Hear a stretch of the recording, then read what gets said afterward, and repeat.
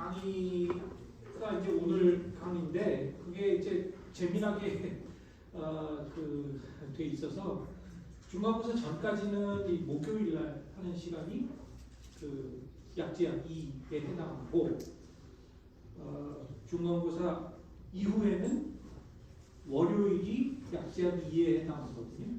그러니까 혼동되지 않도록 잘 준비를 부탁하고요.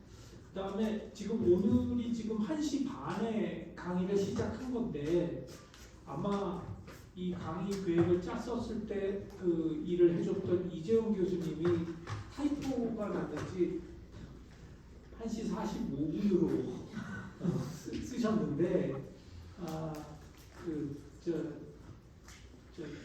교무실 하여간에 그 행정실에 알아보니까 1시 반으로 돼 있더라고요. 그러니까 혹시 혼동이 돼 있었다면 모든 사람들이 다 이재용 교수님한테 투덜거리고 될 것 같고요. 일단 다음 주부터는 1시 반으로 하는 걸로 하겠습니다.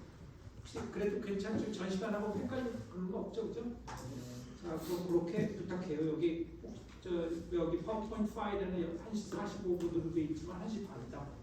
그렇게 이해를 해주면 되겠고요. 오늘 얘기할 부분은 이제 그 소위 파마코키네틱스 얘기를 해야 됩니다. 이게 가만히 생각해보니까 이게 참 안 좋네. 왜 그러냐면 이게 1시 반이거든요.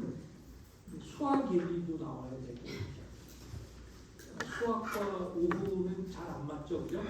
여러분 자는 거 아니에요, 그죠?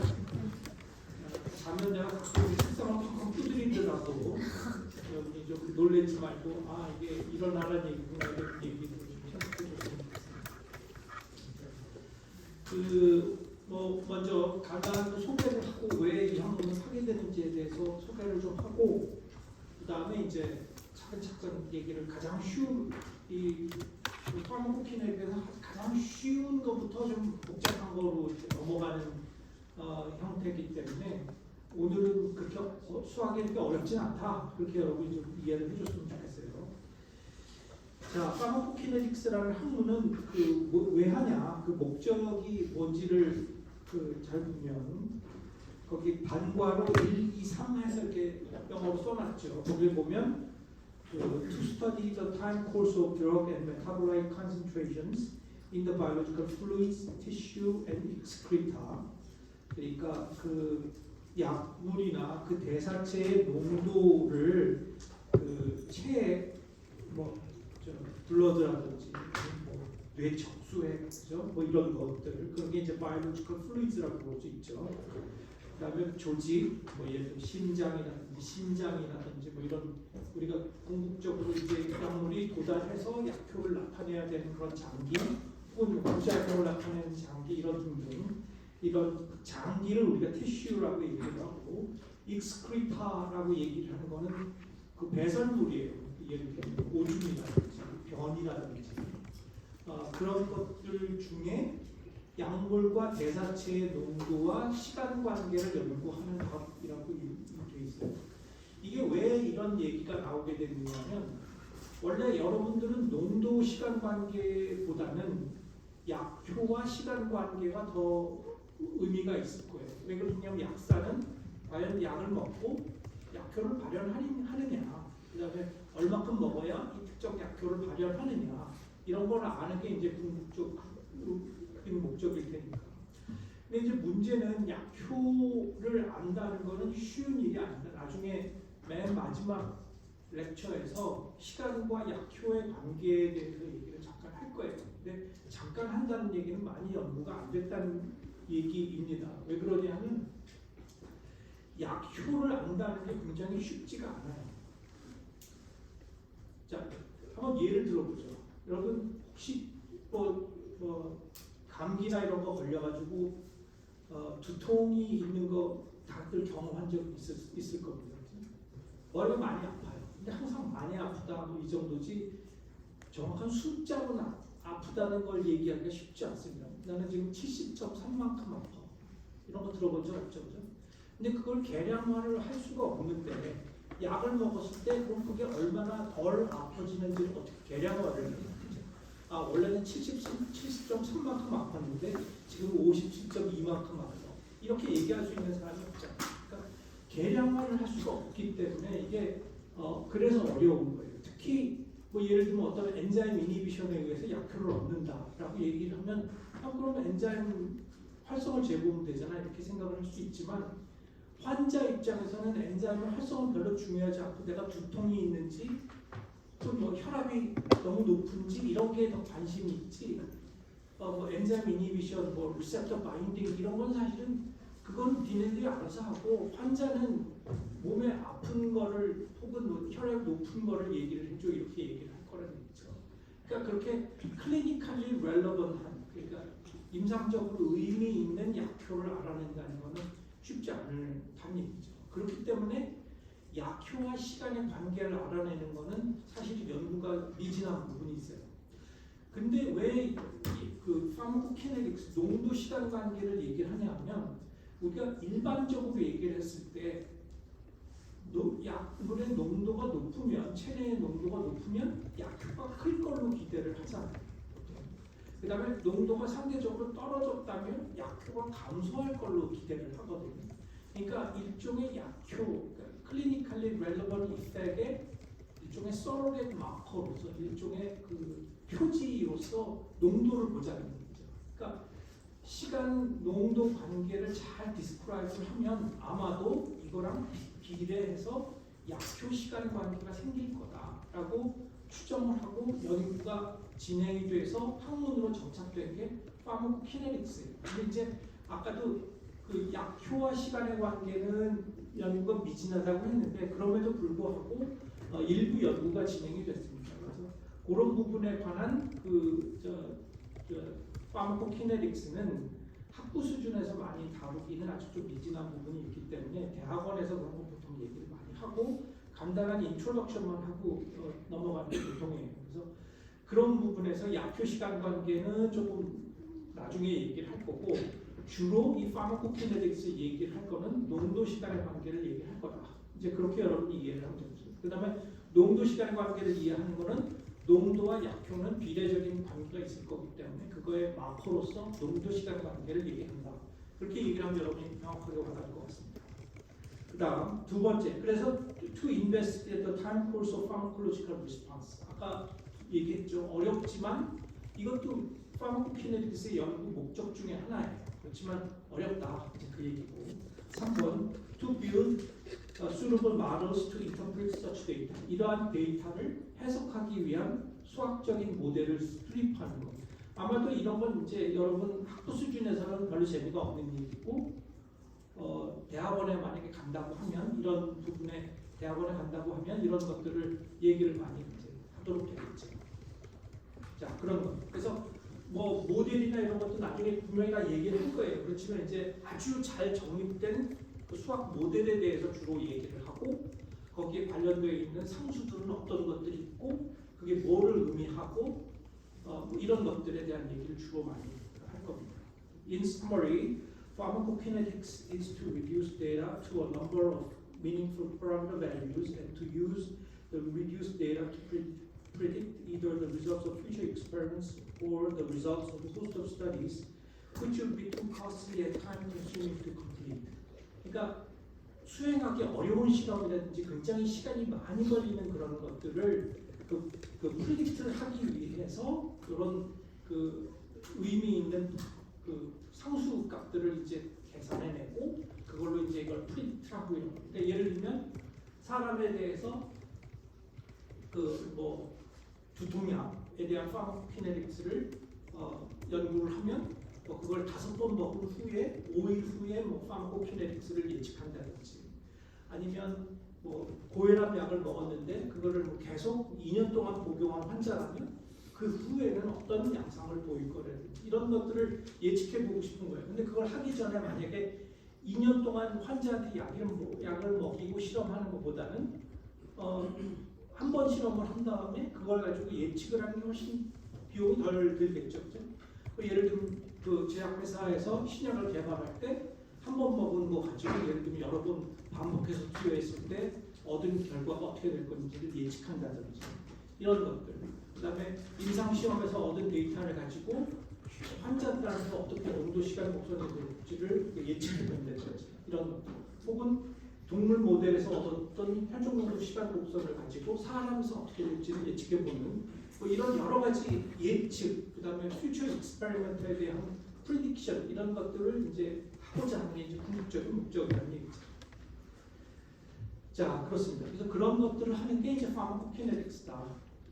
그러니까 예를 들면 뭐 병원에 있는 그런 병원 약사가 이 A라는 약물과 B라는 약물을 같이 복용을 하게 됐을 때 그냥 단독으로 복용한 거에 비해서 얼마큼 농도가 높아질지 낮아질지 혹은 영향이 없을지 이런 등등에 대해서 그걸 예측을 해보는 것도 이제 이 병원 약사에서 하는 일이기 때문에 당연히 파마코키네틱스는 뭐 약사, 병원 약사 차원에서 굉장히 중요한 그런 뭐 지식 이렇게 볼 수 있겠죠. 자, 그다음에 여기는 이제 뭐 잘 알려져 있는 파마코키네틱스 텍스트북에서 그냥 따온 그냥 카툰입니다. 이게 우리 여기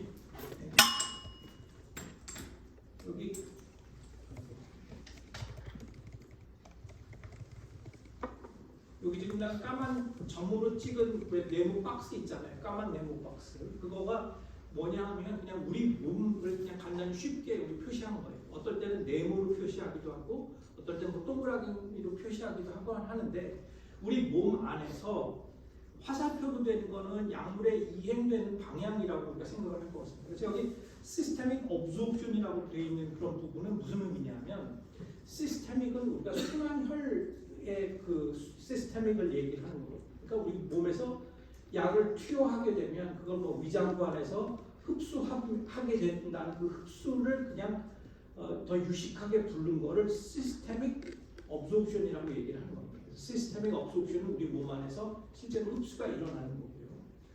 그 중에 그게 제일 처음에 이행을 하게 되는 거는 위장관을 투여하게 되면 뭐 체액을 좀 통과를 했다가 궁극적으로 우리가 혈류 안으로 들어오게 되죠. 블러드 안으로 들어오게 되죠. 그래서 거기 빨간 박스로 표시를 하고 블러드라는 거를 얘기를 한 겁니다. 그래서 제일 처음에 약물은 보통 뭐 위장관을 통해서 블러드로 들어오든지 주사를 통해서 블러드로 들어오든지 궁극적으로 처음에는 블러드 안으로 투과해서 들어오는 과정이 필요해요. 그걸 이제 그런 과정, 블러드로 들어오는 과정을 우리가 시스테믹 업소션이라고 얘기를 하고 들어온 블러드로부터 약물이 조직으로 이행하는 걸 우리가 디스트리뷰션이라고 얘기를 합니다. 그 다음에 일부는 그중에 몸 안에서 디스트리뷰션이 일어나지만 일부는 우리 몸에 있는 소실 장기라고 얘기하는 그 소실 부분, 여기 뭐 소실이라고 얘기해서 미안한데 소실이라는 엘리미네이션에 관여하는 그런 몸의 기관들이 있어요. 뭐 간장이라든지 아니면 뭐 신장이라든지 뭐 이런 식으로 약물을 대표적으로 배설하는 기관에서 약물을 대사를 시키거나 뭐 아니면 변으로 내보내거나 아니면 소변으로 내보내거나 이런 과정을 통칭해서 바깥으로 빼내는 과정을 우리가 엘리미네이션이라고 얘기를 합니다. 그래서 이런 과정들이 사실은 파마코키네틱에 다 포함이 되어 있는 거예요. 그래서 가장 중요한 것들은 디스트리뷰션을 나타내는 요 D랑 관련되어 있는 거, 약물을 이행하는 과정. 그다음에 여기 소실, 엘리미네이션이라고 얘기하는 이런 것들이 다 관여를 합니다. 그래서 결국 궁극적으로 이런 시스테믹 업소션, 그다음에 디스트리뷰션, 엘리미네이션 이런 것들은 약물의 혈중 농도를 높여주고 낮춰주고 하는 그런 부분이 돼요.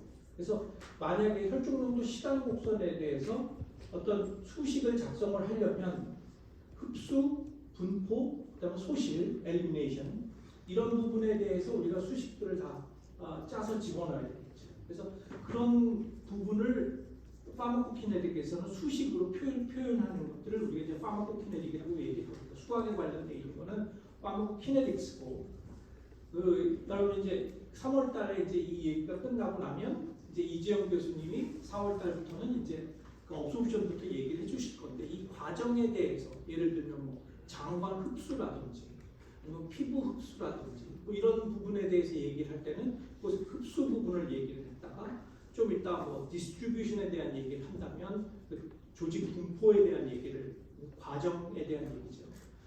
그런 얘기를 해주실 거고 나중에 소실 부분도 얘기를 하고 우리는 이제 그게 아니라 수식에 관련되어 있는 부분은 파마코키네틱스 어떤 면에서 보면 과정과 수식이 굉장히 그 인터 릴레이션십이 많습니다.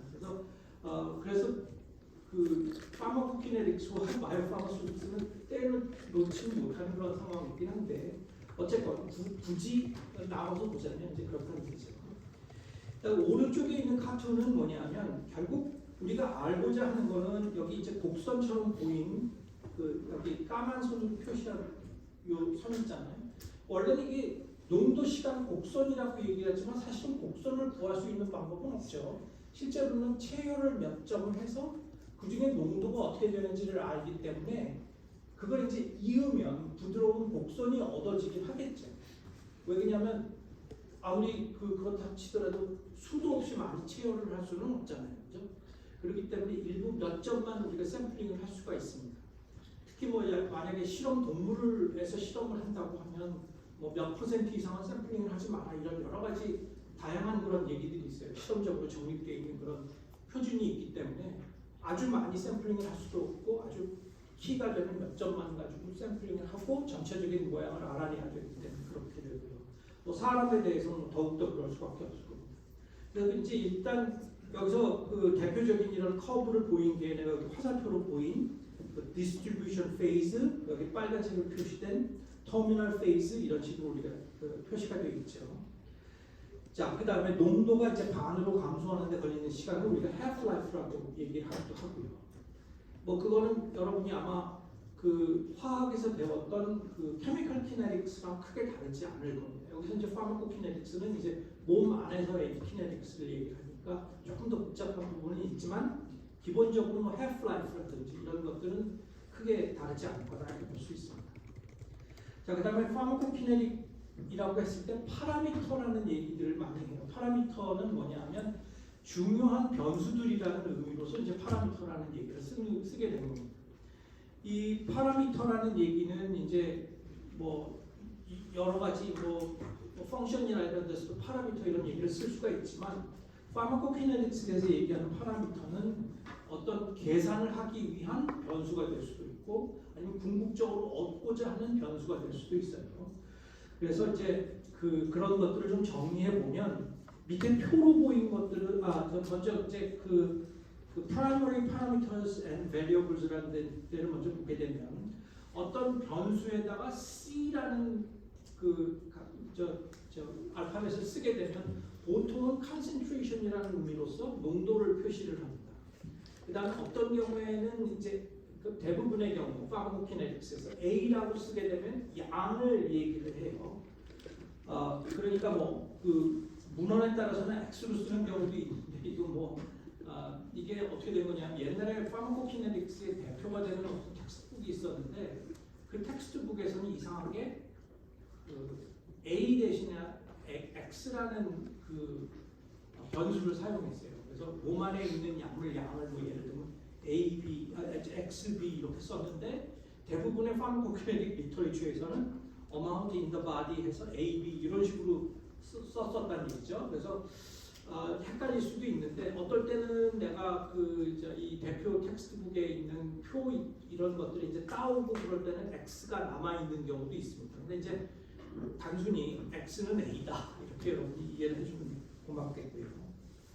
뒤에 얘기가 많이 나오겠지만 그 F라는 값은 fraction이라는 의미로서 small f를 쓰는 경우도 있습니다. 오늘만 해도 나중에 소변으로 배설되는 총량이라는 걸 얘기할 때 이제 F라는 얘기를 쓰거든요. 그러니까 어떤 fraction에 관한 얘기를 한다고 했을 때는 small f, 그러니까 lower class F라고 쓰는 경우가 많고요. 그다음에 속도 상수는 뭐 대문자 K 혹은 소문자 K를 쓰는 경우가 있습니다. 그다음에 이제 오늘 얘기를 하지는 않겠지만 이제 다음 시간이죠. 다음 시간에는 아마 투여 간격을 얘기를 할 거예요. 그러니까 예를 들면 24시간 만에 약물을 투여한다면 할 때 그 투여 간격. 이제 타우라는 의미로 쓰이기도 하고요. 그다음에 AUC, AUMC, MRT 이거는 지금 얘기하기는 조금 이따 다시 얘기를 하겠지만 그런 그 변수들이 있습니다. 그래서 그 파라미터 밸류도 있기 때문에 이것도 이제 비교적 많이 쓰이고 중요한 그런 파라미터 값입니다. 그다음에 이제 파마코키네틱에서는 이런 프라이머리 베리어블도 쓰지만 의미를 더 명확하게 하기 위해서 subscript나 superscript, 그러니까 아래 첨자, 위 첨자를 쓰는 경우가 많이 있어요. 그러니까 단순히 농도 C를 쓰기보다는 그게 뭐 예를 들면 브레인 중 농도다 이런 걸 표시하기 위해서 C하고 아래 첨자에다 브레인 이런 식으로 쓴다 이거죠. 그러니까 브레인 중 농도 뭐 이런 식으로, 아니면 C 블러드 이렇게 쓰면 블러드 중에 농도 이런 식으로 해서 그 subscript을 쓰는 경우가 있어요. 그래서 뭐 A라고 하면 이제 absorption을 나타낼 때 쓰기도 하고, AV 혹은 AVG라고 쓰면 이제 average 이런 쓰기도 하고 그런 식으로 쓰기도 합니다. 그다음에 이제 대문자 B는 blood 혹은 body 이런 의미로서 이제 쓰기도 하고. 그러니까 아까도 얘기했지만 이런 식으로 A, B라고 만약에 쓴다면 이거는 이제 amount라는 얘기가 많을 거고 생각이 많을 거고, 여기서 이제 B는 body라는 얘기 혹은 blood에 대한 얘기일 테니까 blood 중에 약물량 혹은 body 중에 약물량 이런 식으로 우리가 쓰게 됐다는 얘기죠. 이제 더 자세히 읽어보면 그 여기 정의된 변수가 뭐를 의미하는지 이런 거에 대해서 얘기를 할 수 있을 것 같습니다.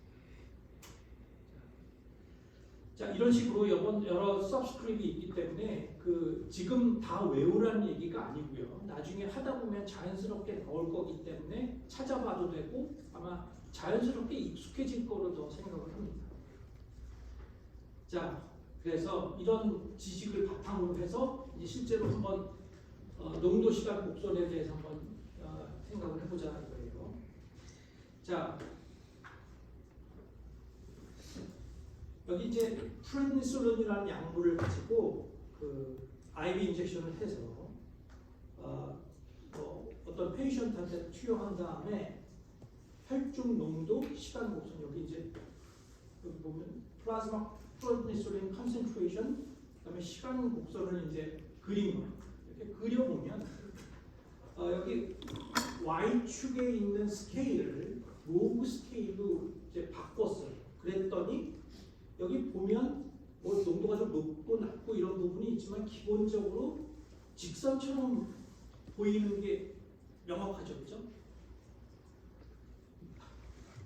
명확해요. 명확해요. 명확해요. 네, 비교적 명확해요, 그렇죠?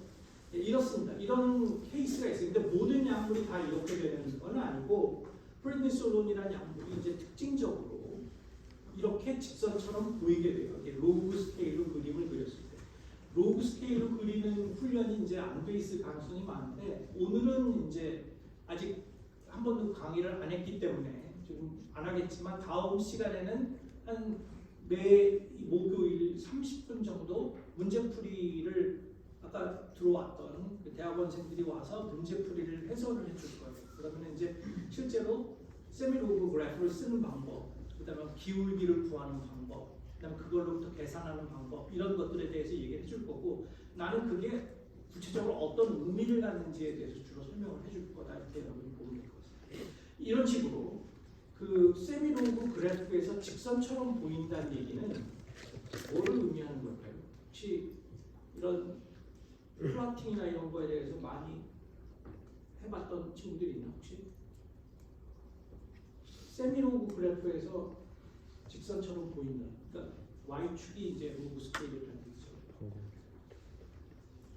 만약에 농도 시간 관계가 익스포넨셜 펑션이라고 한다면, 그죠? 그걸 로그를 취하면, 그죠? 직선처럼 보일 테니까, 그러면 농도 시간 곡선을 세미로그 플러스로 했을 때 Y축 농도가 로그 스케일로 그린다고 했을 때 직선처럼 보인다는 얘기는 농도가 어떤 익스포넨셜 펑션으로 쓰여진다라고 봐도 되겠구나라고 볼 수 있는 거예요. 자, 이런 경우를 우리가 모노 익스포넨셜 디스포지션이라고 부릅니다. 그러니까 우리 몸에 약물이 없어지는 과정이, 그러니까 없어진다는 얘기가 좀 모호한데 약물이 혈중에서 없어질 수 있는 게 뭐가 있을 수가 있냐면 흡수는 많아지는 걸 테니까 그렇죠? 농도가 올라가는 거와 관계되어 있는 그런 과정일 거고 만약에 약물이 조직으로 분포를 하거나 아니면 소실이 일어나거나 뭐 대사가 된다든지 뇨로 없어진다든지 하게 되면 농도가 낮아질 수밖에 없을 거 아니에요. 그러니까 그런 의미로 디스포지션이라는 용어를 사용을 하는 거예요. 디스포지션. 디스포지션이라는 말은 아마 처음 들어봤을 수도 있는데 디스포지션. 디스포즈 영어 잘하는 사람 아마 뭐 다 알겠지만 디스포즈는 갖다 버리는 거잖아요. 그죠? 그게 조직으로 없어져서 갖다 버릴 수도 있고 요로 갖다 버려서 없어질 수도 있고 하여간 이렇게 없어지는 거, 혈중에서 없어지는 과정을 우리가 그냥 모호하게 과정에 상관없이 모호하게 얘기를 할 때 디스포지션이라고 얘기를 합니다. 그래서 뭐 드럭 디스포지션 이렇게 얘기를 없어지는 과정이라는 얘기죠. 농도가 낮아지는 과정. 자, 이렇게 디스포지션에 별로 상관없이 어떤 특정한 케이스가 되게 되면 이렇게 모노 익스포넨셜처럼 이렇게 보이는 그런 경우가 있고 그런 경우를 모노 익스포넨셜 디스포지션 그러니까 농도가 감소하는 양상이 한 개의 익스포넨셜 펑션으로 쓸 수 있을 때 그걸 우리가 모노 익스포넨셜 디스포지션이라고 얘기를 불러요. 자, 그래서 결국 그게 이제 만약에 이번엔 뒤집어서 만약에 모노 익스포넨셜 디스포지션을 한다면 농도 시간 곡선이 이렇게 보통 좌표 그다음에 보통 좌표 그러니까 시간과 농도가 둘 다 그 보통 좌표인 경우에 이렇게 익스포넨셜 펑션처럼 떨어지겠죠. 쭉 떨어지다가 이제 아래로 기는 것처럼 보이는 익스포넨셜 펑션이 되고 만약에 이쪽 스케일이 로그 스케일이 된다면 지금 얘기하는 것처럼 직선처럼 보이는 그런 과정이 된다면 그런 경우를 우리가 모노 익스포넨셜 디스포지션이라고 얘기를 합니다. 근데 이게 만약에 우리 몸이 이상해서 두 개의 익스포넨셜 펑션으로 디스크라이브가 된다라고 하면 로그 세미로그 그래프에다 그렸을 때 어떤 양상이 보였을까요? 더워서 좀 잠깐 보고 어떻게 됐을 것 같아요? 혹시 자신 있게 얘기할 수 있는 사람? 네? 어떻게 될 것 같아요? 한번 꺾이는 시간이 한번 꺾이게 되겠죠, 그죠? 그러니까 지금 저 직선처럼 떨어지는 게 아니라 이런 식으로 이런 현상이죠. 아마 여러분이 뭐 옛날에 익스포넨셜 펑션에 대해서 많이 봤을 테니까 그렇게 된다니까. 만약에 y 익스포넨셜 펑션이라고 한다면 이렇게 직선처럼 보이지가 않아요. 그러니까 세미로그 그래프로 그림을 그렸을 때 직선처럼 보이게 되면 뒤집어서 이거는 우리가 농도 시간 곡선이 모노 익스포넨셜 디스포지션을 하는구나라고 얘기를 할 수도 있는 거예요.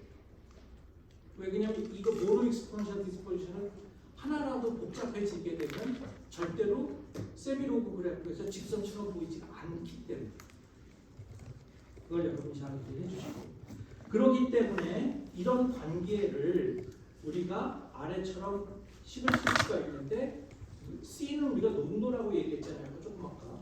농도는 C0는 아무래도 이니셜 컨센트레이션을 얘기를 하겠죠. 0시간째 농도라는 얘기니까 0시간째 농도 곱하기 e to the minus 람다 t 이렇게 쓰는데 t는 보통 시간을 우리가 나타냅니다. 우리 지금 관심 있는 게 농도 시간 관계를 알고 싶은 거니까.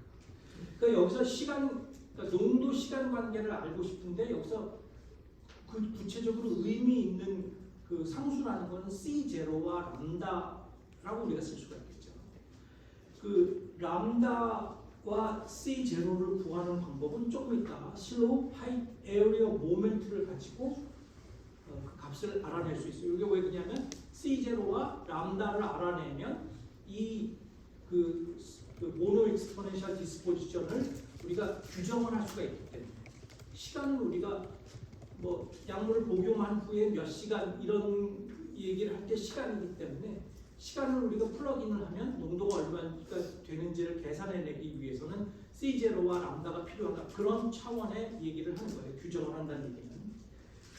자, 슬로프는 만약에 아까 얘기했던 펑션 C는 C0 곱하기 e to the minus 람다 t를 내추럴 로그를 취하면 내추럴 로그 C는 내추럴 로그 C0 마이너스 람다 T 이렇게 우리가 쓸 수가 있죠. 그러니까 옛날에는 우리가 세미로그 그래프를 그려서 세미로가리스믹 그래프를 사다가 하나하나 점 찍어서 이렇게 금을 그어봤지만 요즘은 엑셀이라는 우리 좋은 친구가 있잖아요. 그죠? 그래서 그 엑셀을 가지고 농도 시간 그 테이블을 우리가 카피를 해온 다음에 그거를 농도를 가지고 내추럴 로그를 취하고 그 다음에 컨센트레이션과 로그 취한 걸 가지고 플롯을 해보면 직선처럼 보일 수밖에 없겠죠. 그죠? 뭐 세미 로그를 취하건 아니면 타임 베이스 로그를 취하건 어차피 직선이 될 테니까. 만약에 내추럴 로그를 취했다면 어떤 람다 나누기 2.303으로 만약 타임 베이스 로그를 취한다면 그렇게 값이 구해질 거고, 만약에 그걸 더 쉽게 하려면 내추럴 로그를 취하면 바로 기울기가 람다에 해당하는 값이 되겠죠. 그러니까 단순히 농도 시간과 관계를 알면 사람이건 쥐건 어떤 약물이건 이거 투여를 IB 투여를 한 다음에 농도 시간에 대해서 몇 점을 구한 다음에 그걸 가지고 엑셀 스프레드에다 집어넣고 그걸 내추럴 로그를 취한 다음에 그림을 그려보면 직선처럼 떨어지면 모노 익스포넨셜 디스포지션, 그럼 거기서 기울기가 람다 이렇게 구할 수가 있을 거라는 얘기예요. 자, 그래서 람다를 구할 수가 있고요. 하이트는 결국 원래는 C0까지 올라가는 점을 구해야 되는데 우리가 아까 내추럴 로그를 취했다고 그랬으니까 0시간 유연적으로 만약에 우리가 익스트라폴레이션을 하면 그 농도 값이 얼마인지를 알아낼 수가 있고 그걸 우리가 C0라고 쓸 수가 있죠. 그래서 그 인터셉트, 즉 여기서 하이트라고 얘기를 하죠. 하이트와 슬로프를 구하면 우리가 C0와 람다를 구할 수 있다 라는 얘기. 그러니까 쉽게 얘기하면 IB 인젝션을 한 다음에 농도 시간 곡선을 구하고 엑셀을 이용을 하면 C0와 람다를 구할 수 있다. 아까 특정할 수 있다 그랬잖아요. C0와 람다를 구하면 그렇게 하는 거예요. 그게 가장 쉽게 데이터 해석을 하는 그런 부분입니다. 자, 그 다음에 에어리어 모멘트. 이제 여기서 조금 이따 다시 더 자세하게 얘기를 할 건데 결국 그 에어리어를 구하면 여기서는 먼저 답부터 얘기를 하는 거니까 여러분이 좀 놀라지 마세요. 이런 얘기를 언제 했나. 클리어런스라는 값을 구할 수가 있고 모멘트를 이게 왜 이렇게 되는지 모르겠지만 자, CL이라는 거 클리어런스라는 값을 구할 수가 있고 모멘트를 쓰면 볼륨 오브 디스트리뷰션, 분포 용적이라는 걸 구할 수가 있습니다. 생소한 얘기일 거예요. 근데 아까 왜 우리의 애드미가 중요하다고 그랬잖아요. absorption, distribution, elimination 뭐 이런 과정이 중요하다고 얘기했잖아요. 그러면은 클리어런스라는 거는 청소도라고 번역하는 사람도 있는데 우리 연구실에는 그냥 그 외국 텍스트북에서 나왔던 클리어런스라는 용어를 그냥 한글로 그냥 풀어서 씁니다. 클리어런스. 그럼 그게 무슨 얘기냐면 우리 몸에서 약물을 얼마큼 빨리 소실을 시키는지에 대한 척도예요. 그러니까 예를 들면 두 약이 있는데 한 물질의 클리어런스가 10이고 한 물질의 클리어런스가 100이면 단위가 같다는 가정하에 그러면 100이라는 물질이 10배 더 빨리 우리 몸에서 없어진다 이거예요. 자, 10과 100이 있는데 100이라는 거는 훨씬 더 빨리 소실이 된다. 이해가 가죠? 무슨 말인지는 알겠죠? 어떻게 하는 건지에 대해서는 좀 이따 얘기를 하겠지만 그런 식으로 우리가 표시를 하는 걸 우리가 클리어런스라고 얘기를 하고 이번엔 또 볼륨 오브 디스트리뷰션 혹은 디스트리뷰션 발륨이라고 얘기를 하는 거는 똑같이 10이 있고 100이 있으면 100에 해당하는 약물은 우리 몸에서 더 10배 더 많이 퍼진다라는 얘기예요. 자, 근데 그 여러분이 헷갈릴 수가 있는 아니 우리 몸에서 퍼질 수 있는 게 혈이 있고 그런 그 순환율이 있고 그런데 그게 왜 약물마다 다르죠? 이렇게 우리가 생각할 수도 있어요. 근데 우리 약물이라는 거는 하이드로필릭하냐 하이드로포빅하냐 이런 등등에 대해서 우리가 얘기를 해왔잖아요. 작년에. 그 얘기는 무슨 얘기냐면 하이드로포빅한 약물의 경우에는 더 지용성이라는 얘기잖아요. 그러니까 만약에 그렇다면 더 지용성 있는 약물이면 우리 몸에 있는 우리 지방이 있잖아요. 그런데 더 많이 들어간다는 얘기겠죠. 상대적으로 더 많이. 그럼 상대적으로 더 많이 들어가면 어떻게 되죠? 혈중 농도가 더 낮아지게 되겠죠. 동량을 먹였다고 했을 때. 그렇게 계산된 용적을 우리가 분포 용적이라고 얘기를 해요. 근데 농도가 더 낮으면 용적이 더 크게 계산이 된다는 얘기거든요. 동량을 먹였다고 했을 때. 그러면 그 낮아지는 이유가 뭘까요? 더 많이 퍼지기 때문이거든요. 그러니까 즉 예를 들면 우리 좀 팻에 더 많이 들어갔다, 그러니까 브레인으로 더 많이 들어가거나 심장에 더 많이 녹아 들어가거나 그렇다는 얘기예요. 그러니까 농도가 더 낮으면 상대적으로 더 낮으면 즉 많이 조직으로 가면 그렇다면 분포와 용적이 크게 계산이 되거든요. 그러니까 아까 볼륨이 10이 있고 100인 약물이 두 가지가 있으면 10인 약물이면 별로 안 들어가는 거예요. 100은 아까 10보다 훨씬 더 많이 들어가는 것처럼 계산이 된다는 얘기예요. 그러니까 약물을 가지고 우리가 클리어런스랑 볼륨을 가지고 얘기를 할 때 값이 크면 더 빨리 엘리미네이션이 일어나거나 클리어런스가 더 큰 경우, 혹은 더 많이 우리 몸에서 분포가 일어나는 거나 볼륨이 더 클 때, 그렇게 우리가 써지는 파라미터가 각각 클리어런스랑 볼륨인 거예요.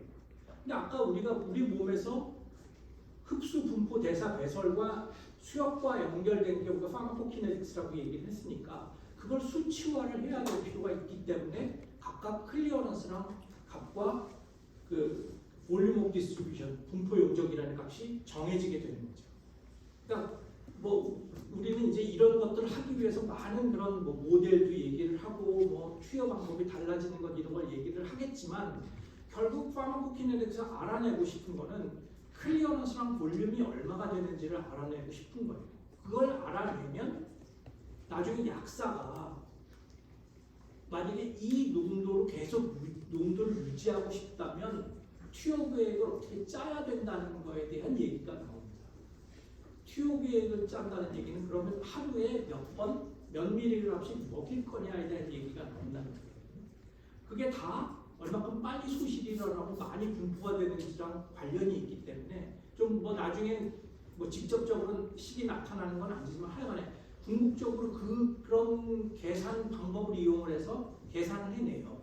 그 약사들이. 그렇기 때문에 클리어런스랑 볼륨을 아는 것은 결국 약물의 투여 계획을 짜는데 굉장히 중요한 키가 되는 수단이기 때문에 여러분이 그런 걸 잘 알아낼 필요가 있다는 얘기죠. 그런데 에어리어랑 모멘트를 값을 계산하는 건 뭔지는 모르지만 그런 것들을 계산해내면 그 중요한 파라미터를 쉽게 계산할 수 있다고 하니까 당연히 에어리어 모멘트가 이제 중요하다는 건 여러분이 이제 알 수 있겠죠. 왜 그렇게 되는지를 조금 이따 얘기를 하겠지만, 그러니까 슬로우 하이트 에어리어 모멘트를 얘기를 하면 어떤 경우에는 혈중 농도 시간 곡선을 특징 지을 수도 있고 아까 왜 C0가 나온다처럼, 근데 어떤 경우에는 클리어런스랑 볼륨을 계산해낼 수도 있어요. 그러니까 투여 계획을 짤 수 있다는 거죠. 그러니까 슬로우 하이트 에어리어 모멘트를 알아내도 기본적인 파마코키네틱 그 계산은 다 할 수가 있다는 얘기가 되는 거죠. 뭐 나중에 하다 보면 좀 더 복잡한 이 얘기를 할 수도 있습니다. 좀 기본 계획은, 기본 아이디어는 concentration time relationship에서 slope height area moment를 알아내고 거기서부터 농도 시간 곡선을 특정 지을 수도 있고 그다음에 투여 계획을 짤 수도 있고 그렇다는 거로 여러분이 이해를 하면 아주 건강하게 이해를 한 거라고 볼 수 있어요. 자, 그다음에 conditions for mono exponential disposition. 자, 여기서 그 모노 익스포넨셜 디스포지션이 되기 위한 뭐 조건, 뭐 그 관련된 것 이런 것들이라고 본다면 첫 번째 게 no absorption phase. 만약에 absorption phase가 있다면 당연히 흡수가 일어나기 때문에 농도가 점점 높아질 수밖에 없거든요. 그러니까 여기서는 그게 없이 모노 익스포넨셜 페이즈 하나로 떨어졌었으니까 당연히 이런 건 없을 거고요. no distribution phase. 그러니까 그 굉장히 빨리 조직으로 만약에 조직으로 천천히 들어갔다면 디스트리뷰션에 관련된 시간과 그 다음에 나중에 디스트리뷰션 이후에 엘리미네이션이 일어나는 시간 두 페이즈로 나뉠 수밖에 없거든요. 근데 아까 그런 경우 직선처럼 보이게 할 수는 없는 그런 상황이라는 얘기죠. 그러니까 by exponential function이라면 이런 디스트리뷰션 페이즈나 이런 걸 고려를 해야 되겠지만 여기서는 이제 distribution phase는 없다 이렇게 우리가 얘기할 수가 있고요.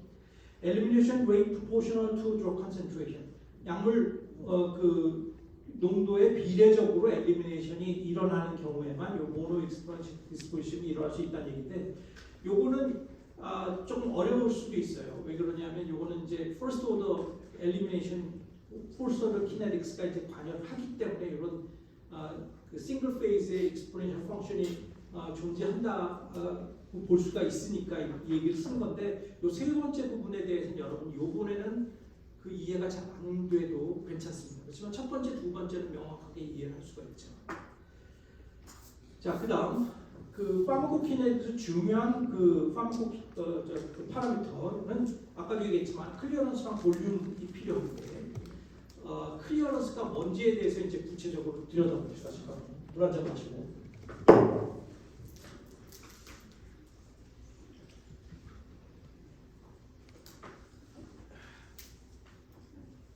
자, 클리어런스는 무슨 얘기냐면 그 여기 뭐라고 수식에 써 있냐면 CL은 elimination rate 나누기 C 이렇게 우리가 써져 있어요.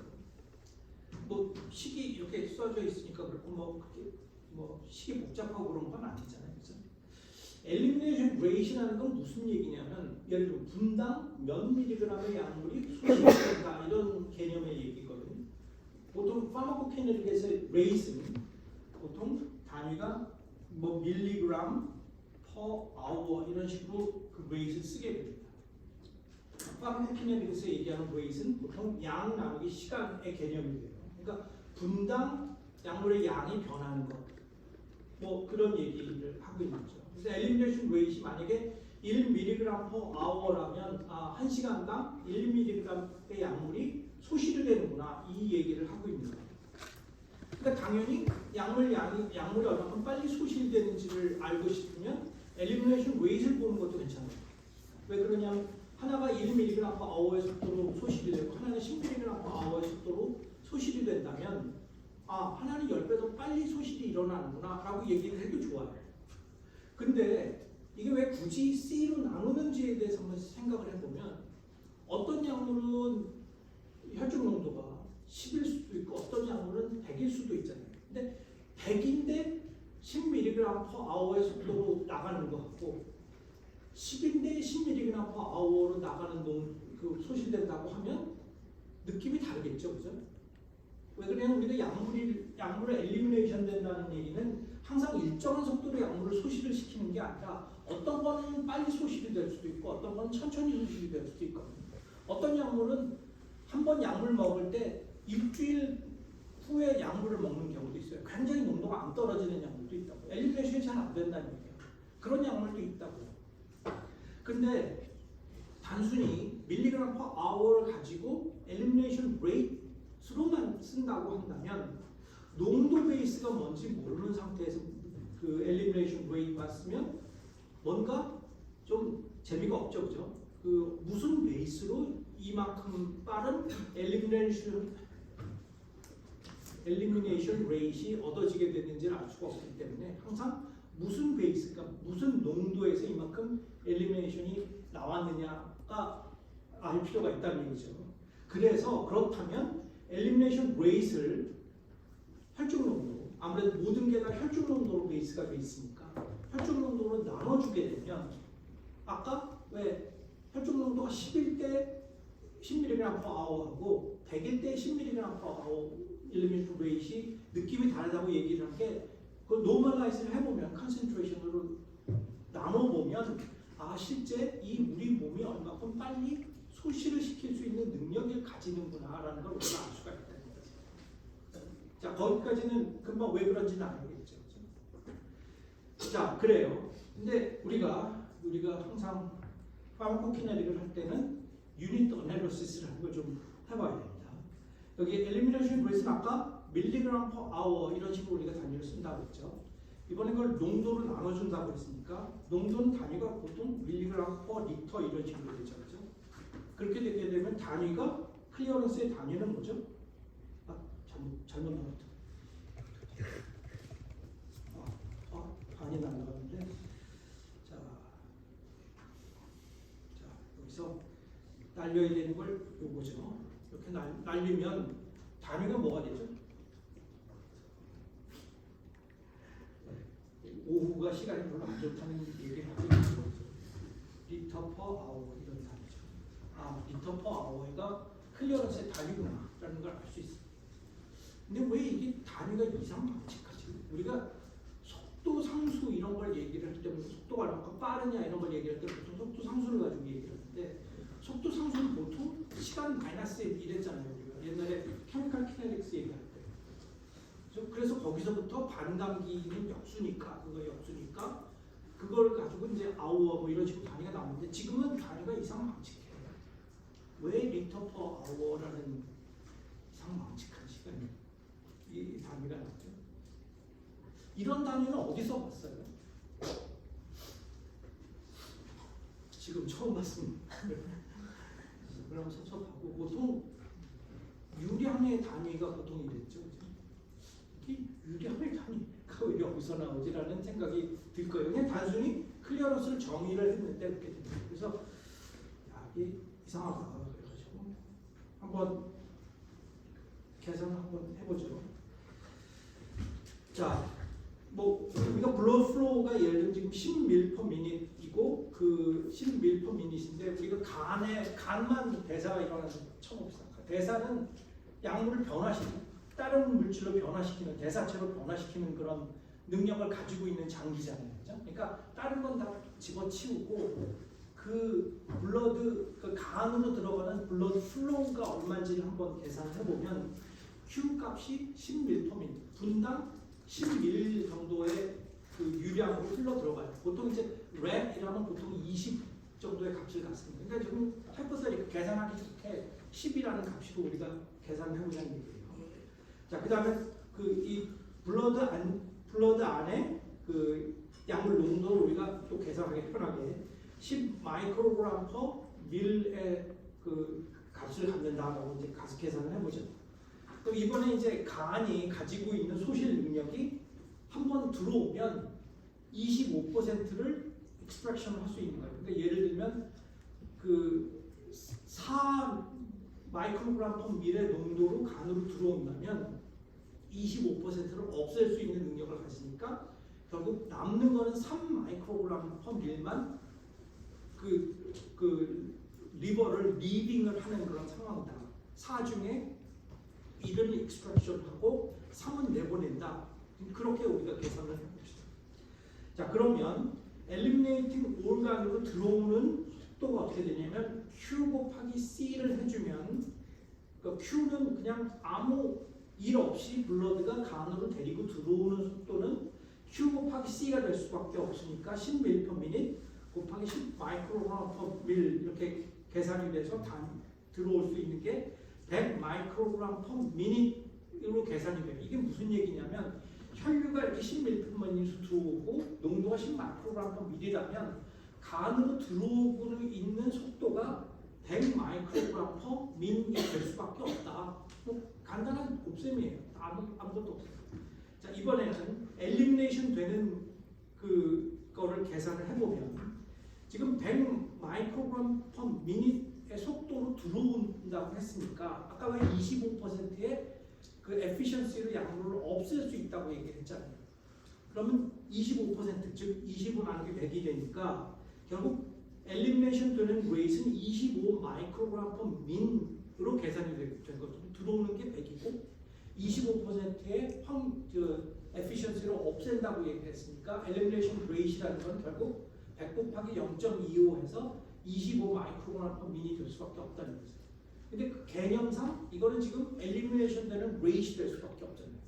근데 아까 약속에서 클리어런스의 개념이 엘리미네이션 레이트 디바이드 바이 농도라고 했으니까 25 마이크로그램/민 디바이드 바이 C 10 마이크로그램/밀을 계산을 해주면 2.5 밀/미닛이 다시 아까 얘기했던 유량의 단위가 나오게 돼요. 근데 유량의 단위 2.5 밀/미닛인데 아까 유량이 나왔던 게 Q에서 10 밀/미닛이었거든요. 아까 10이었는데 지금 이게 2.5로 계산이 됐어요. 그런 얘기는 무슨 얘기냐면 뭐 여러 가지 방법으로 얘기를 할 수가 있지만 이 10 마이크로그램 퍼 밀이라는 농도가 있다고 하면 10 밀 퍼 미닛으로 들어오고 25%만 뺐으니까 그래서 클리어런스 값이 2.5 밀 퍼 미닛이라고 얘기를 할 수도 있고 그게 싫으면 이번에는 10 밀 퍼 미닛이 블러드가 돌고 있는데 그렇게 생각하지 말고 2.5 밀 퍼 미닛으로 돌고 있는데 그걸 다 엑스트랙트를 하는 속도랑 같다 이렇게 얘기를 해도 된다는 얘기예요.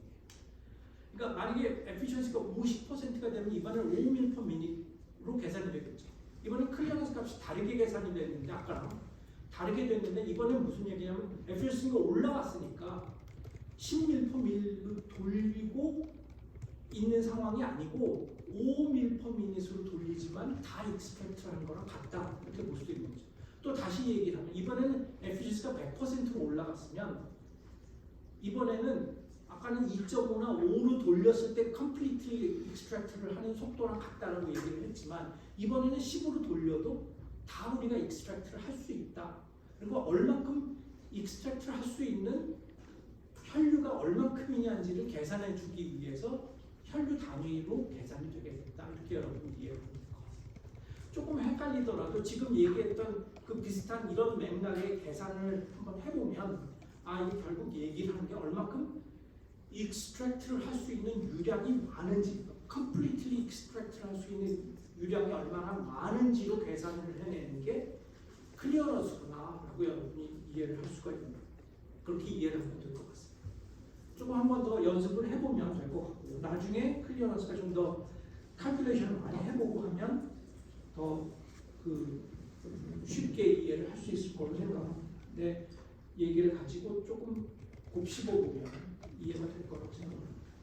자, 그럼 이제 이걸 가지고 우리가 계산을 해내야 되는데 아까 왜 AUC를 가지고 계산을 하면 클리어런스를 계산해낼 수 있다고 했잖아요. 그러니까 어떻게 하길래 그렇게 되는지에 대해서 우리가 얘기를 좀 해봅시다. 자, 엘리미네이션 레이트를 유식하게 미분으로 쓰면 DAEDT라고 써요. 왜냐하면 D 어쩌고 DT는 시간에 대해서 미분을 한 거잖아요. 그러면 A는 아까 amount라고 얘기를 했고 아마 거기 표준이 어디를 보면 E는 아마 elimination라고 얘기가 아마 나와 있을 거예요.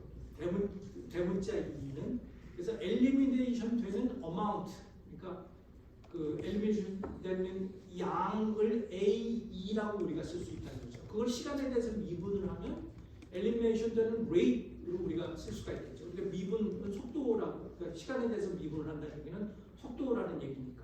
그러니까 eliminate 되는 amount를 시간에 대해서 미분을 한다는 얘기는 elimination 되는 rate를 내게 한다는 얘기예요. 그러니까 결국 elimination rate를 유식하게 이렇게 쓸 수 있다. DADT다 이렇게 쓸 수 있죠. 그러니까 DADT 나누기 C는 클리어런스라고 표시를 할 수 있으니까 그러니까 이 식이라는 거는 CL은 DAEDT 나누기 C 이렇게 쓸 수가 있는데 얘를 양변에 C를 곱해주면 이 식이 되겠죠. 그죠? 그렇잖아요. 그렇죠? 아니 미분 다 생각나시죠? 미분, 적분 이런 거 다 잘 아는 사람들이죠, 그죠? 네. 네, 좋아요. 고마워 죽겠어. 나중에 누군지 알려줘요. 내가 그럼 하다못해 좀 커피라도 한 잔 사. 자, CL은 elimination rate divided by C라고 얘기를 했으니까 그걸 굳이 수식을 쓰자면 DAEDT divided by C라고 우리가 쓸 수가 있죠. 근데 양변에 C를 곱하면 식이 이렇게 표시가 됩니다. 자, 그러면 얘를 양변에 DT를 곱해주면 DA는 CL 곱하기 C 곱하기 DT 이렇게 쓸 수가 있죠. 자, 그죠? 그러면 양변에 0에서 무한대까지 적분을 한다고 합시다. 그러면 좌변이 뭐가 되냐면 무한대 시간까지의 엘리미네이션 되는 어마운트. 무한대 시간까지의 엘리미네이션 되는 어마운트는 뭘까요? 준 투여량이 되겠죠. D, 도우즈라고 해서 D라고 씁니다. 그 다음에 0시간째의 그 엘리미네이트된 양은 아직 지금 실험을 시작하기 직전인데 뭐가 엘리미네이션인데 제로죠, 그죠? 그러니까 D-0이 좌변이 되고 우변은 클리어런스 곱하기 C하고를 0에서 무한의 시간까지 적분한 그런 게 되는 거거든요. 여러분 위분 적분 안다 칩시다. 아닌 사람은 좀 많이 살려줘요. 방법 칩시다. 자 그래요. 근데 이제 보통은 이게 인터널 0에서 무한대까지 CR, CDT 이렇게 쓸 수 있는데 보통은 그러니까 보통이라는 얘기는 학부 수준에서 얘기는 클리어런스는 보통 상수로 봐요. 시간에 대해서 변하지 않아. 진짜로 그럴까요? 원래는 아니에요. 왜 그러냐면 예를 들면 뭐 드럭 인덕션이 있다면 뭐 피노바비타 이런 거의 경우에는 그 인덕션을 시킬 수가 있기 때문에 그런 거랑 같이 투여되는 그런 경우라면 엔자임 인덕션이 있다면 사이클론 P450 드럭 메타볼라이징 엔자임의 양이 늘어나잖아요. 그죠? 그러면 더 엔자임 양이 많아지니까 빨리 시간에 따라 좀 빨라지거든요. 그러니까 시간에 대해서 클리어런스 값이 증가해. 그런 경우도 있어요. 있는데 그런 복잡한 경우는 대학원에서 걱정을 하자 이거야. 여러분은 그냥 건강한 파마코피네틱 지식을 갖는 약사를 양성을 하는 게 목적이기 때문에 보통은 클리어런스는 상수라고 봅니다. 그럼 시간에 대해서 상수면 T하고는 빠이빠이잖아요. 그죠? 인테그랄 바깥으로 나올 수 있고 는 CL 곱하기 인테그랄 0에서 무한대까지 CDT 아니 그럼 그 얘기는 무슨 얘기냐면 농도 곡선의 아래 면적을 얘기를 하는 겁니다. 그러면 아까 왜 에어리어는 클리어런스를 구할 수 있다라고 조금 아까 우리 그 노트에 썼잖아요. 그러면 그 에어리어 그 인터널 0에서 무한대까지 CDT를 우리가 쉽게 AUC Area Under the Curve라고 해서 AUC Area Under the Curve 글씨를 잘 못 써서 미안해요. 이 정도는 읽을 수 있죠, 그죠? 나는 우리 포스닥 때 지도 교수님은 이거보다 한 10,000배 정도 글씨를 못 쓰셨던 분이 그래서 나는 교육을 받은 사람인데 이 정도라면 읽을 수 있다고. 어쨌건 하여간에 에어리어 언더 더 커브를 줄여서 AUC라고 우리가 표시를 합니다. 그래서 그럼 AUC를 구하면 식이 이렇게 되기 때문에 AUC는 이렇게 구하시겠죠. 그러니까 굳이 클리어런스를 구하고 싶다면 클리어런스는 노브즈 나누기 AUC 이렇게 우리가 쓸 수가 있다는 얘기예요. AUC는 아까 적분을 해서 구할 수도 있고 혹은 좀 이따 얘기가 나올 트라퍼조이드 메소드 그러니까 사다리꼴 공식을 이용해서 쓸 수가 있는 좋아요. 이거 좀 이따 얘기할 거예요. 그렇지만 D는 준 양이니까 얼마인지 알잖아요. 우리가 10mg per 킬로를 우리가 인젝션을 했다라고 하면 10이 도우가 될 수밖에 없죠. 그죠? 그다음에 AUC가 뭔지가 되는지는 단위 잘 맞춰가면서 계산을 하면 AUC가 뭔지 나오니까 그러면 도우수 알고 AUC 계산했으면 클리어런스가 뭔지 계산이 된다. 그러니까 쉽게 얘기하면 혈중운동 시간 곡선과 도우수를 알면 클리어런스 계산한다. 이거. 그러니까 아까 페프레디솔론에서 이 농도 시간 곡선을 알고 얘가 여기 저걸 잘 보면 20mg 프레디솔론을 환자한테 투여했다 그러면 결국 20 알고 AUC 알면 이 환자의 클리어런스가 얼마인지를 계산할 수가 있다. 아니면 이 비슷한 실험을 렛에서 했을 때 렛에서의 투여량과 혈중농도 시간 곡선을 알면 이 렛의 클리어런스가 얼마인지를 계산할 수가 있는 거예요. 아니면 지금은 여기서 보면 renal insufficiency 있는 거 환자라고 아마 얘기를 하는 것 같은데 노멀 환자에 대해서 프레디솔론 IV 인젝션을 한 다음에 혈중농도 시간 곡선을 알면 이번에는 노멀 성인에 대해서 클리어런스가 얼마인지를 계산할 수가 있겠죠. 그러면 이렇게 renal insufficiency가 있는 환자의 클리어런스와 노멀 환자의 클리어런스가 얼마가 다른지 만약에 같다면 프레디솔론의 엘리미네이션은 renal insufficiency가 별로 관계가 없구나 이런 식으로 우리가 결론을 내는 이런 여러 가지 목적을 위해서 클리어런스를 계산할 수가 있고 왜 그러냐면 클리어런스라는 게 뭐라고 했죠? 약물을 소실시킬 수 있는 능력이라고 했잖아요. 그러니까 그 값을 계산을 하면 이 약물의 소실 능력에 대한 인포메이션을 알아낼 수가 있다. 자, 거기까지 혹시 이해가 잘 안 가요?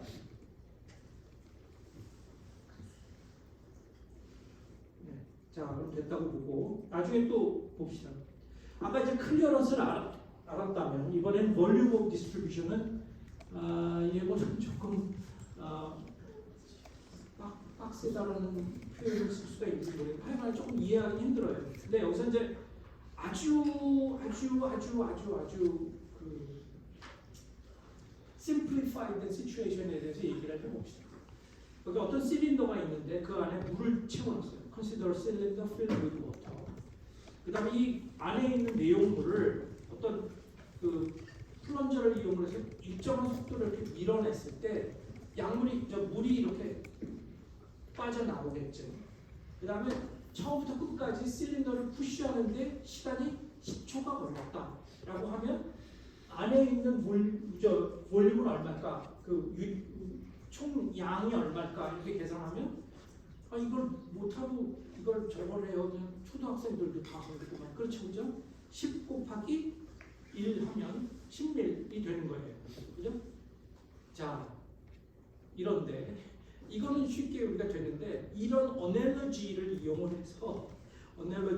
해서 볼륨 오브 디스트리뷰션은 클리어런스 곱하기 MRT로 표시할 수 있다. 보통 텍스트북에서 이렇게 얘기를 합니다. 진짜로 텍스트북에서 이렇게 얘기해요. 그래서 이제 여기서 얘기를 하면서 MRT는 플런저를 처음부터 끝까지 밀어내는 시간을 얘기를 하는 거고 유량에 대해서는 클리어런스랑 관계가 있기 때문에 둘을 곱하면 볼륨 오브 디스트리뷰션으로 우리가 계산할 수 있다. 이렇게 얘기를 합니다. 뭔가 찝찝하죠, 그죠? 이게 찝찝한 이유가 뭐냐면 이게 수학이 좀 어려워서 그런 건데 이게 이제 제너럴라이즈를 하게 되는 식이 굉장히 복잡하고 이거 가장 간단한 케이스에서는 조금 이따 얘기 나올 원 컴파트먼트 그러니까 모노 익스포넨셜 디스포지션이라는 게 결국 원 컴파트먼트 모델이에요. 조금 이따 얘기를 들어보면 알겠지만 그 경우에는 쉽게 이 MRT 곱하기 클리어런스가 볼륨 오브 디스트리뷰션이라는 게 계산이 됩니다. 그러니까 그건 그때 한번 얘기할게요. 결국 개념적으로 보면 그러니까 유속하고 결국 총 밀어내는데 걸리는 시간을 알면 두 개의 곱으로부터 볼륨을 구할 수 있다. 이렇게 우리가 계산을 할 수가 있는 거예요. 그래서 하여간에 완전 미덥지는 않지만 일단 잠깐 맞닥치고 좀 이따 원컴파트먼트 모델 얘기까지 끝내놓고 그다음 요걸로 다시 돌아오는 거 이렇게 하죠. 자, 그다음 여기 알아도 좋고 알지 않아도 사실은 시험 보고 문제 풀고 하는 데는 전혀 문제는 없는 상황인데 여러분 라플라스 트랜스포메이션이라는 거에 대해서 잠깐 한 5분 정도만 얘기할게요. 아마 라플라스 트랜스포메이션에 대해서 아는 사람 한 사람도 없어요? 아닌데 그럴 리가 없네. 하나하나씩 조사해볼까요?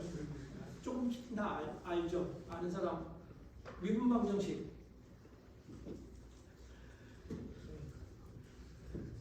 뭐 조금씩 아는 눈치예요. 결국 미분 방정식을 풀기 위해서 라플라스 트랜스포메이션을 씁니다.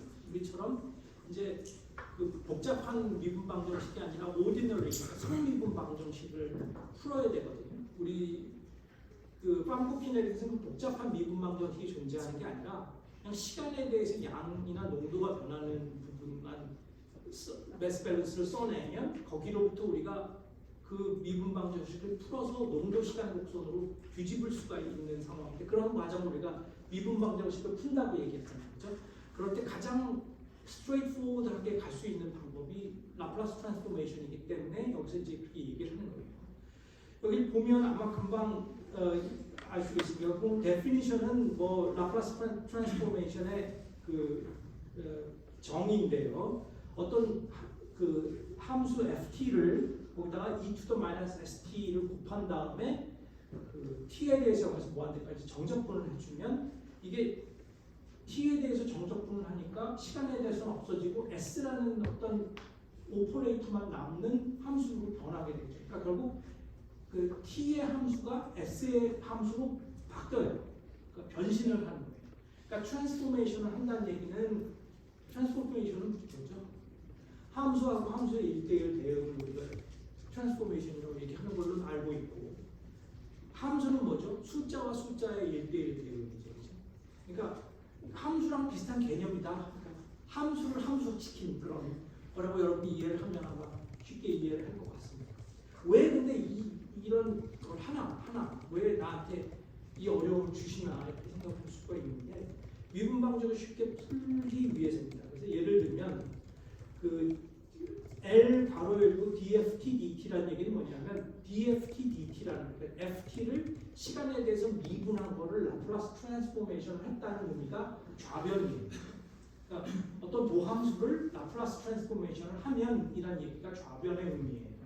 그러면 equal s 곱하기 small fs 마이너스 large f0 이렇게 썼습니다. 이거 복잡한 얘기라고 볼 수도 있는데 이미 아는 사람들은 무슨 얘기인지 금방 알 수 있을 것 같아요.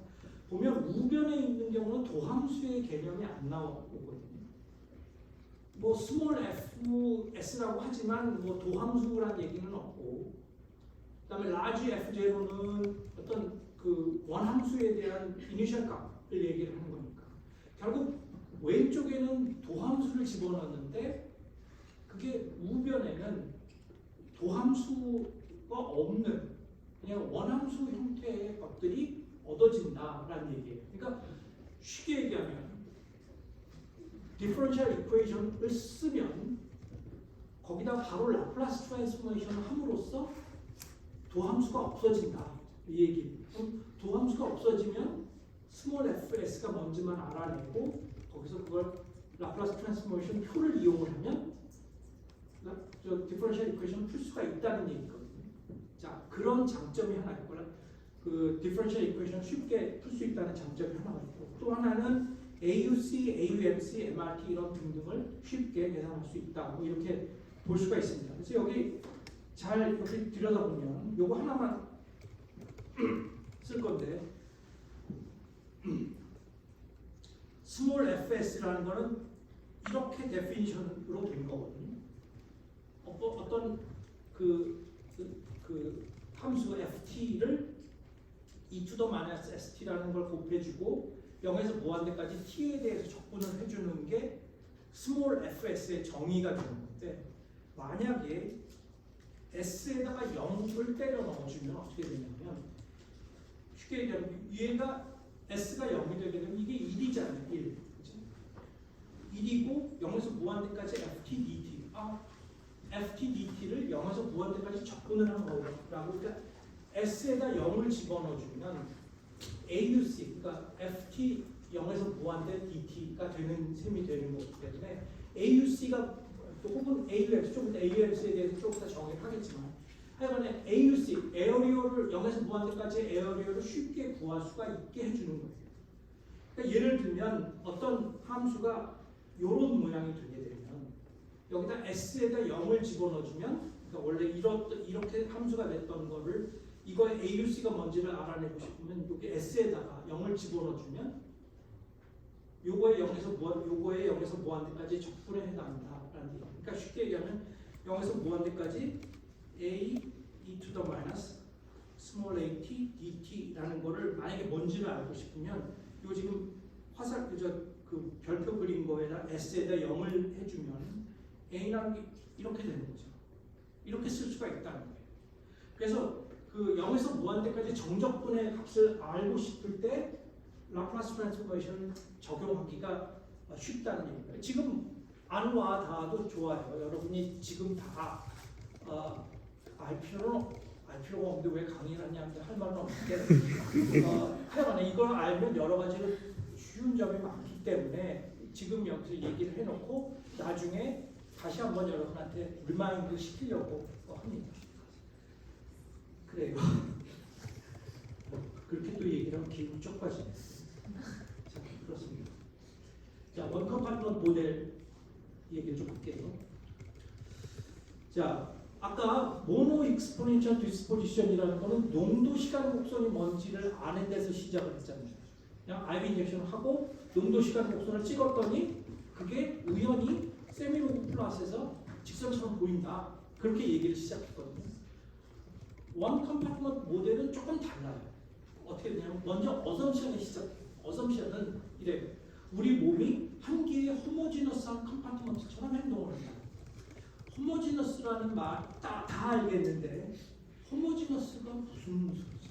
우리 몸이 다 섞여 있다는 얘기야? 뭐야? 이렇게 생각할 수가 있을 거예요. 근데 여기서 키네틱에서 얘기하는 호모지너스는 뭐냐면 반감기가 같다는 얘기예요. 그러니까 여기서 우리 몸이 한 개의 호모지너스한 그 비헤이비어를 보인다. 한 개의 호모지너스한 컴파트먼트처럼 행동을 한다는 얘기는 뭐냐면 우리 몸이 피가 그러니까 블러드가 되던 신장이 되던 심장이 되던 간장이 되던 뭐 뇌가 몸 어디든지 농도가 어떤 농도에서 반으로 감소하는 데 걸리는 시간이 같다. 그 행동이 같다는 얘기는 그러니까 농도가 변하는 게 같다는 얘기는 결국 반감기가 같다는 얘기를 하는 거거든요. 그러니까 예를 들면 그러니까 여러 위치의 농도가 다를 수는 있어요. 그러니까 어떤 거는 10이고 어떤 거는 뭐 20이고 어떤 거는 30이고 그럴 수는 있는데 어떤 특정 시간에 그렇지만 그 농도에서 반으로 감소하는 데 걸리는 시간은 같다. 그 얘기 아까 왜 10에서 5로 하든지 20에서 10이 되든지 30에서 15가 되든지 그러니까 농도가 반으로 감소하는 데 걸리는 시간이 다 똑같이 30분이다. 다 똑같이 60분이다. 그럴 때 우리 몸이 한 개의 호모지너스한 컴파트먼트처럼 행동한다. 라고 얘기를 하는 거예요. 자, 그런 어섬션이 있어요. 그러니까 이 약물은 우리 몸이 한 개의 호모지너스처럼 행동을 하고 그러니까 프렌디솔로는 우리 몸이 한 개의 호모지너스한 행동처럼 하고 그다음에 first order elimination from plasma compartment 그러니까 플라즈마라는 그 지역에서 약물이 없어지는 속도가 농도랑 직접적으로 비례한 경우 first order kinetics가 작동을 하고 그게 두 번째 assumption. 세 번째는 bolus administration. 그러니까 bolus라는 얘기는 그러니까 천천히 집어넣는 게 아니라 급작스럽게 투여를 하는 거예요. 그러니까 투여되는데 시간의 그 딜레이가 없는 거. 그러니까 직접적으로 투여해가지고 순식간에 우리 몸에서 어떤 농도가 어테인이 돼버리는 상황을 얘기를 하는 거예요. 그러니까 결국 IV 인젝션 함으로써 즉각적으로 수초 이내에 농도가 어떤 특정 농도에서 도달한다. 그러니까 이니셜 컨센트레이션이 어떤 특정한 농도에서 시작을 하고 그 농도에서 first order 키네틱스로 없어지고 그리고 우리 몸에서 농도가 반으로 감소하는 데 걸리는 시간이 신장이건 간장이건 뇌건 뭐든 다 똑같이 half-life를 갖는 그런 경우라면 그 아까 여기 그림을 그렸던 플라즈마, 키드니, 리버, 뭐 다른 organ 이런 것들이 다 똑같은 농도는 다를지 모르지만 그 기울기가 다 같은 그런 상황이 된다면 이번에는 아까는 왜 농도가 그러니까 C0는 C는 C0 곱하기 2 to the minus 람다 T 이렇게 쓰고 시작을 했잖아요. 지금 그게 아니라 이번에는 디퍼런셜 이퀘이션을 쓰기 시작을 하는 거예요. 아까 그런 어썸션이 있다면 그런 매스 밸런스 이퀘이션 수립을 하고 이런 디퍼런셜 이퀘이션을 수립할 수 있고 그냥 퍼스트 오더 이퀘이션이 있고 어떤 한 군데의 약물 양이 전체 우리 몸에 있는 그 약물 양을 대표한다고 했기 때문에 그런 근거 하에 라플라스 트랜스포메이션을 해내고 풀면 이렇게 우리가 쓸 수가 있다 이겁니다. 그러니까 어프로치가 좀 다른 거예요. 그러니까 식을 보면 다 똑같아. 아까는 C0 곱하기 2 to the minus 람다 T 이렇게 쓰고 모노 익스포넨셜 디스퍼션을 불렀는데 아까 거는 무책임하게 얘기를 하거든요. 찔렀어. 그랬더니 피 좀 뽑았더니 식이 그러니까 농도가 그렇게 좋아. 이렇게 무책임하게 얘기를 하는 거라면 지금은 그게 아니라 여러 가지 조건이 충족이 된다면 식이 이러니까 결론식이 이렇게 얻어진다라는 수준인 거예요. 그러니까 뭐라고 좀 앞뒤가 바뀌었다 그럴까? 그런 차이가 있는 거죠. 자, 그래요. 그런데 어마운트는 실질적으로 적용할 수가 없다라고 썼는데 그게 무슨 얘기냐면 결국 여기서 그 D는 노우즈니까 뭔지 안다 치더라도 K 값이 뭔지를 알아내는 게 필요하겠죠. 왜냐하면 시간 양에 대한 그 값을로부터 K를 구해내기 위해서는 한 점의 어마운트 AB만으로는 계산할 수가 없잖아요. 그러면 어떡하죠? 만약에 어떤 실험 동물이라면 IV 인젝션을 한 다음에 그러니까 원 컴파트먼트에 따르는 약물이라고 치고 IV 인젝션을 한 다음에 5분 후에 sacrifice를 해가지고 그 실험 동물을 그죠? 끔찍한 얘기지만 다 어떻게 농도가 아니라 양을 알아야 양을 다 갈아붙여가지고 그거를 정량을 해서 5분 후에 AB는 얼마다라는 걸 알아야 되죠. 그럼 거기서 실험이 끝난 게 아니에요. 한 점이에요. 여러 점을 알아야 K 값을 알아야 되잖아요. 그러니까 끔찍한 실험을 여러 번 반복을 해야 된다는 어려움이 있어요. 자, 근데 그거는 실험 동물이잖아요. 계획이라도 세워볼 수 있을 거예요. 사람에서 어떻게 할 거예요? 할 수 없는데 도저히 할 수 없는 실험을 얘기를 하는 거예요. 그러니까 이번에는 그러면 양에 대해서 쓰지 말고 농도, 혈중 농도로 환산을 하자라는 그러니까 변해보자라는 얘기를 한 거예요. 자, 그래서 이번에는 컨센트레이션을 바꾸면 DAB DT라는 거는 그러니까 오만에 있는 약물량이 변하는 속도라는 거는 아까 다행히 어썸션 중에 그 호모지너스한 컴파트먼트라고 얘기를 했기 때문에 그러면 어떤 한 군데에 있는 농도를 가지고 그다음에 그걸 볼륨으로 환산을 해주면 결국 양은 계산이 될 테니까 VDC DT로 우리가 바꿔 쓸 수 있을 거다라고 쓰고 그러면 양변의 V를 나누면 아까 식을 조금 변형을 시켜서 DC DT는 마이너스 클리어런스 곱하기 B 곱하기 C 이렇게 우리가 쓸 수가 있으니까 좀 뭐 걸근쳐 보이긴 하지만 이상하게 결국 CT는 C0 곱하기 E to the minus C over V times T 결국 아까 모노 익스포넨셜 디스포지션과 정확하게 일치하는 식이 되는 거예요. 그럼 왜 모노 익스포넨셜 디스포지션이라고 원 컴파트먼트 모델을 왜 하죠? 아까 중요한 거는 모노 익스포넨셜 디스포지션 아무런 그 어썸션이 필요가 없지만 원 컴파트먼트 모델은 그 여러 가지 어썸션이 있었다는 거. 여기서 그 first order elimination이 필요한 거는 대부분의 경우에는 아마 맞을 거예요. 그다음에 IV bolus administration은 뭐 우리가 그렇게 주면 되는 거니까 어썸션도 충족시킬 수 있는 건데 가장 어려운 게 the body behaves as one homogeneous compartment처럼 행동한다는 걸 보이기가 굉장히 힘들기 때문에 그래서 원 컴파트먼트 모델이라고 하던 모델 따를 때는 어떤 식으로 얘기를 하고 해석을 하냐면 그 처음에 IV 인젝션을 해가지고 농도를 보게 되면 모노 익스포넨셜 디스포지션을 하잖아요. 그러면 원 컴파트먼트 모델로 해석을 하기 위해서는 그렇다면 이 데이터가 원 컴파트먼트 모델에 따른다고 가정을 하면이라고 얘기를 하고 이 방법으로 해석을 하는 거예요. 해석 방법도 그렇게 크게 다르지는 않은데 그 인터셉트와 그 슬로우가 볼륨과 클리어런스 텀이 들어가기 때문에 좀 클리어런스랑 볼륨을 구하기가 쉽다 그 정도 수준이긴 하지만 클리어런스 그 보통은 해석을 할 때 원 컴파트먼트 모델로 따른다고 해석을 컴파트먼트 모델로 해석을 한다고 얘기를 하면 그걸 그 모델을 따른다고 가정을 하고 보통은 해석을 하게 됩니다. 자, 이게 그 플라즈마, 키드니, 리버, 그다음에 다른 organ의 양상을 만약에 다른 걸 보이고 싶다면 어떻게 하는 상황이냐를 얘기를 해주려면 아까 왜 그 실험 동물 가지고 실험하는 거랑 그런 유사한 실험인데 이번엔 실험 양이 훨씬 많아져요. 그러니까 예를 들면 IV 인젝션을 한 다음에 5분 후에 sacrifice를 아까는 블러드만 컬렉션을 했다면 이번엔 블러드 컬렉션을 하고 뇌도 컬렉션을 하고 심장, 간장, 온갖 조직, 중요한 조직은 다 컬렉션을 해요. 5분째. 그러니까 똑같이 이번에 15분의 인젝션을 한 다음에 똑같이 여러 장기를 다 컬렉션을 해요. 그래서 여러 장기에 대해서 커브를 다 그리면 결국 이런 양상이 된다라고 하면 따라서 이 약물은 원 컴파트먼트 모델에 따른다고 함으로 그렇게 볼 수 있으므로 이렇게 해석을 했다. 이런 식으로 얘기를 쓸 수가 있겠죠.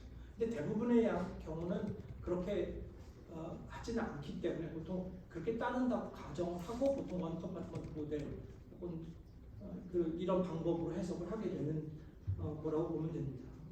자, 그 다음에 밑에 그 얘기를 쓴 거는 뭐냐면 클리어런스, 어떤 경우에는 클리어런스랑 볼륨의 그 레이시오를 K라고 쓰는 경우도 있고 그걸 가지고 half-life랑 우리가 연관짓고 그런 경우도 많다 이거죠. 아까 결국 정확하게 얘기를 하면 그 람다에 해당하는 게 CL divided by V에 해당하는 값이에요. 아까 왜 식을 보게 되면 이 식하고요. 아까 모노 익스포넨셜 디스포지션의 이 식하고 결국 구조적으로는 다른 게 아무것도 없잖아요. 그렇죠? 그렇기 때문에 그 half-life에 대한 얘기는 뭐 금방 여러분 이해를 할 거다.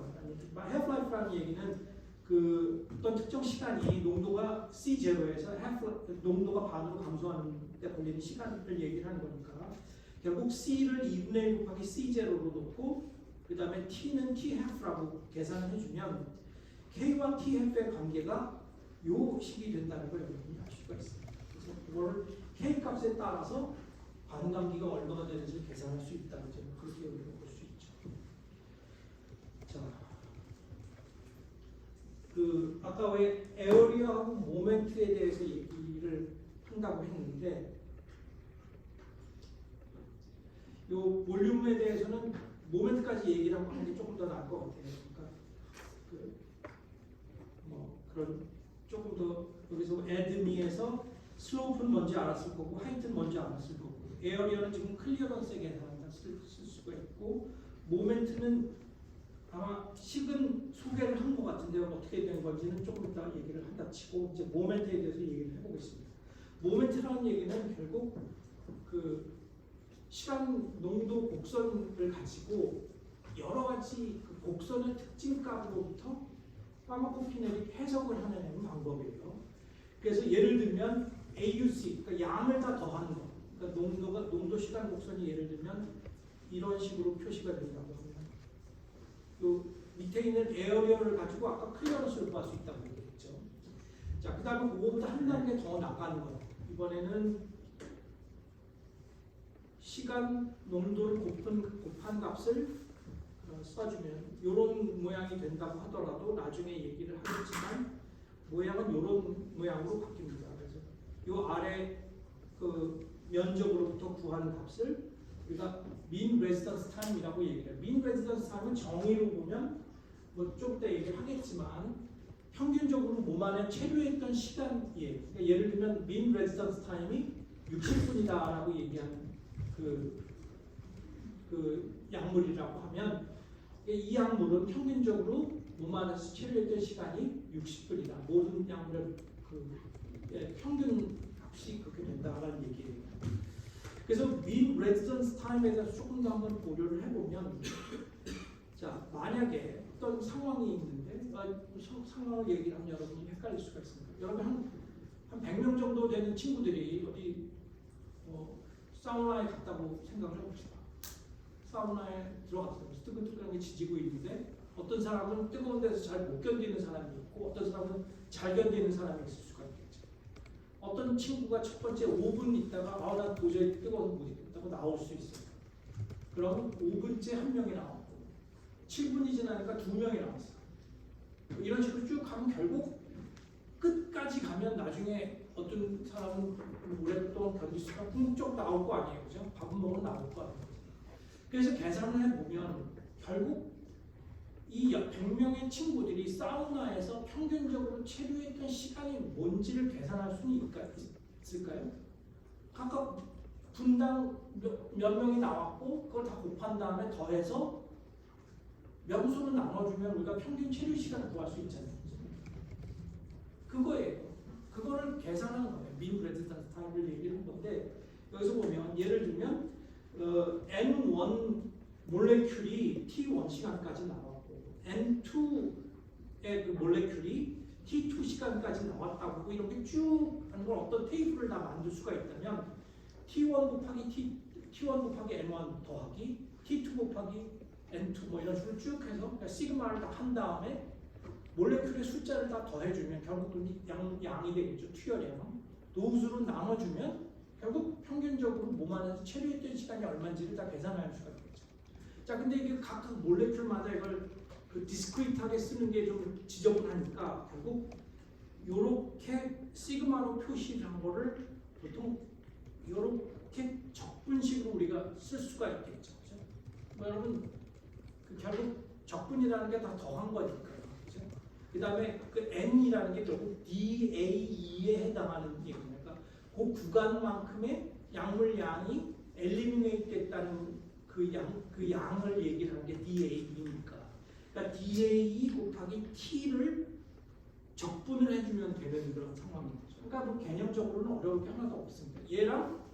얘를 이해했으면 이 별표 두 개도 자동으로 이해를 할 수밖에 없어요. 그러니까 결국 이거를 알면 mean resistance time을 계산할 수밖에 없어요. 계산할 수밖에 없어요. 네? 계산해낼 수밖에 없어요. 요게 그렇다. 그죠? 자, 그래요. 그러면 이게 엘리미네이션이라는 건 블러드에서만 그 엘리미네이션 된다고 보기 때문에 이 식은 어디서 나왔었죠? 아까 클리어런스의 데피니션이었어요. 진짜로 그랬어요? 아니 학생들은 섞일 수도 있어요, 교수가. 이런 식을 본 적 있어요? 이 식? 예. 여러분 한번 잤나 봐요. 이 식 아까 썼던 기억이 나셨을 겁니다. 핸드아웃에다 있는 그런 거짓말은 안 할게요. 자, 그래서 이 식이 바로 지금 그 식을 얘기를 하는 거예요. 자, 아까 왜 그 DT를 곱한 다음에 그걸 0에서 무한대까지 적분하면 클리어런스와 도우스 디바이드 바이 AUC가 클리어런스에 대한 식을 구할 때 쓸 수가 있었던 걸 기억을 할 겁니다. 근데 이번에는 거기다 조금 더 나가서 아까 왜 이 식이 MRT랑 관계가 있다고 했잖아요. 그러니까 이 식을 좀 변형을 하기 위해서는 DA가 뭔지는 알고 이게 이거라는 걸 알 수 있으니까 그러면 0에서 무한대까지 TDA를 요걸로 어떻게 바꿔보면 어떨지를 계산을 해보면 0에서 무한대까지 그러니까 DA를 CL 곱하기 CT, DT 이렇게 쓸 수가 있는 상황이죠. 그럼 CL은 우리가 대부분의 우리가 학부 수준의 파마코키네틱에서는 클리어런스가 시간에 대해서 함수가 아니라고 우리가 보니까 클리어런스 바깥으로 빼내고 식이 이렇게 변해질 수가 있다는 거예요. 그럼 지금 뭘 하고 있는 거냐면 요 분모에 해당하는 부분이 지금 뭔지가 계산됐다는 거죠. 그러니까 얘를 여기다 플러그인을 해주면 결국 mean resistance time이라는 거는 식이 이랬는데 이렇게 변화시킬 수도 있고 얘가 이렇게 이게 어떻게 됐지? 여기서 이게 노순하는 게 클리어런스가 AUC라고 얘기를 했잖아요. 또 교수가 속일 수도 있어요. 여기 이런 식이 나왔습니다. 그러니까 믿고 다시 플러그인을 해주면 자 이렇게 우리가 쓸 수가 있을 거랍니다. 이번엔 그럼 뭐가 달라지는지 AUC는 아는데 분자에 해당하는 부분이 C 곱하기 T T라는 함수의 0에서 무한대까지에 대한 적분값입니다. 아까 농도 시간 곡선의 면적이 아까 AUC라고 했으면 이번에는 시간 농도에 대한 곡선을 0에서 무한대까지 적분을 해주면 그게 요거에 대한 식이 되는데 AUC랑 비슷하게 쓰기 위해서 이 대신에 AU MC 디바이드 바이 AUC 모멘트라는 말이 들어가서 M자가 들어갑니다. 그러니까 모멘트 커브의 에어리어 언더라고 에어리어 언더 모멘트 커브라고 우리가 불러서 AUMC라고 부르고 얘를 mean resistance time이라고 우리가 부르는 거예요. 자, 그러면 또 뭐 얘기를 해준다고 했으니까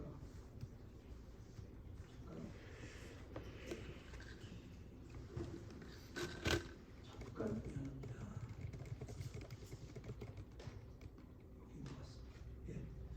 지금 아까 왜 민 레지던스 곱하기 클리어런스를 해주면 볼륨이 구해진다는 얘기를 아까 하고 왜 플런저에다가 뭐 10초 걸리고 뭐 1ml 뭐 그 얘기 나왔었던 그 대목에서 그게 어떻게 그 아날리티컬리 얻어지는지를 얘기를 안 하고 이제 넘어갔었는데 이제 쓸 수가 있게 됐어요. 그러니까 행사부터 여기서 이걸 데피니션이라는 걸 여러분이 알 수가 있을 겁니다.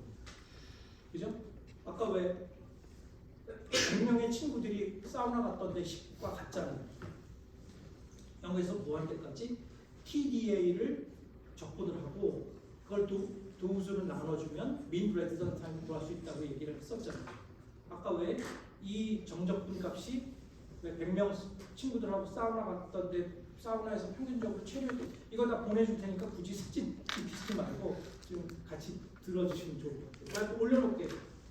그러니까 그렇게 우리 계산할 수 있다고 얘기를 했었습니다. 자, 그다음 그 클리어런스는 DA, DT는 C 곱하기 C 이것도 데피니션에 해당하는 식이기 때문에 아마 들어본 사람이 있을 거예요.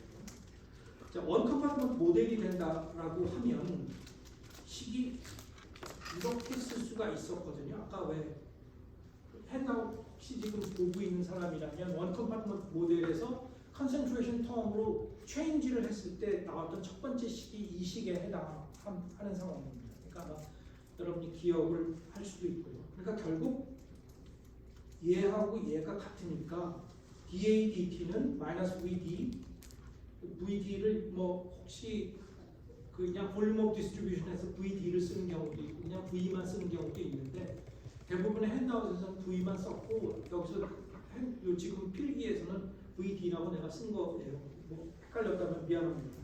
그러니까 마이너스 V 곱하기 DC, DT 이렇게 우리가 쓸 수가 있다는 얘기예요. 그러니까 없어진 거는 그 엘리미네이션 되는 양에 대한 속도라는 거는 그 혈중 농도에서 없어지는 농도가 없어지는 시간 레이트 곱하기 발륨에 해당한다라고 우리가 볼 수 있습니다. 그래서 원 컴파트먼트 모델을 꼭 여기서 정의를 해야 되는 게 이제 필요합니다. 어쨌건 그렇게 된다면 이번에는 우리가 구하고 싶은 게 T 곱하기 DA2니까 여기다가 이렇게 우리가 쓸 수가 있겠죠. 왜 그러냐면 이 양변에다가 T 곱하기 DT를 해주면 식이 이 식이 이렇게 우리가 표시가 될 수 있는 그런 상황이잖아요.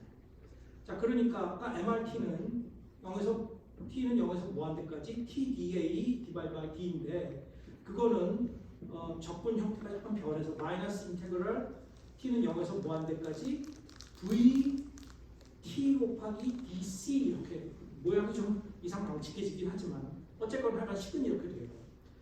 자, 그래서 VD는 보통 클리어런스처럼 시간에 따라서 볼륨은 변하지 않기 때문에 볼륨은 바깥으로 빼내요. 그러니까 분자 부분만 우리가 놓고 보면 인테그랄 T는 0에서 무한대까지 TDC 이렇게 우리가 쓸 수가 있을 겁니다. 뭐 간단해요. 그리고 부분적분 기억나죠, 그죠? 예, 부분적분 인테그레이션 바이 파트 뭐 다 여러분 뭐 옛날에 암산하던 것들이에요, 그죠? 자, 여기서 이제 그 U 프라임은 1로 놓고 V를 T라고 놓게 되면 U는 C가 되고요. 여기는 변수가 C니까 V 프라임은 DT, DC 모양이 T를 C에 대해서 접근하는 모양이니까 이렇게 돼요. 그럼 원식은 마이너스 VD 이게 모양이 이렇게 된다고 했으니까 C 곱하기 T, T는 0에서 무한대 그다음에 마이너스 인테그랄 0에서 무한대 C, DT, DC 곱하기 DC 이렇게 되니까 DC, DC 캔슬 아웃 되고 두 번째 텀은 마이너스 T는 0에서 무한대 C, DT 이렇게 되는 셈이고 이 브래켓 안에 드는 요 지금 요 부분은 T가 무한대가 되면 농도가 무한대가 되면 0이 될 수밖에 없잖아요. 물론 약을 먹은 다음에 무한대 시간까지 농도를 측정해 보면 C가 0이 될 수밖에 없죠.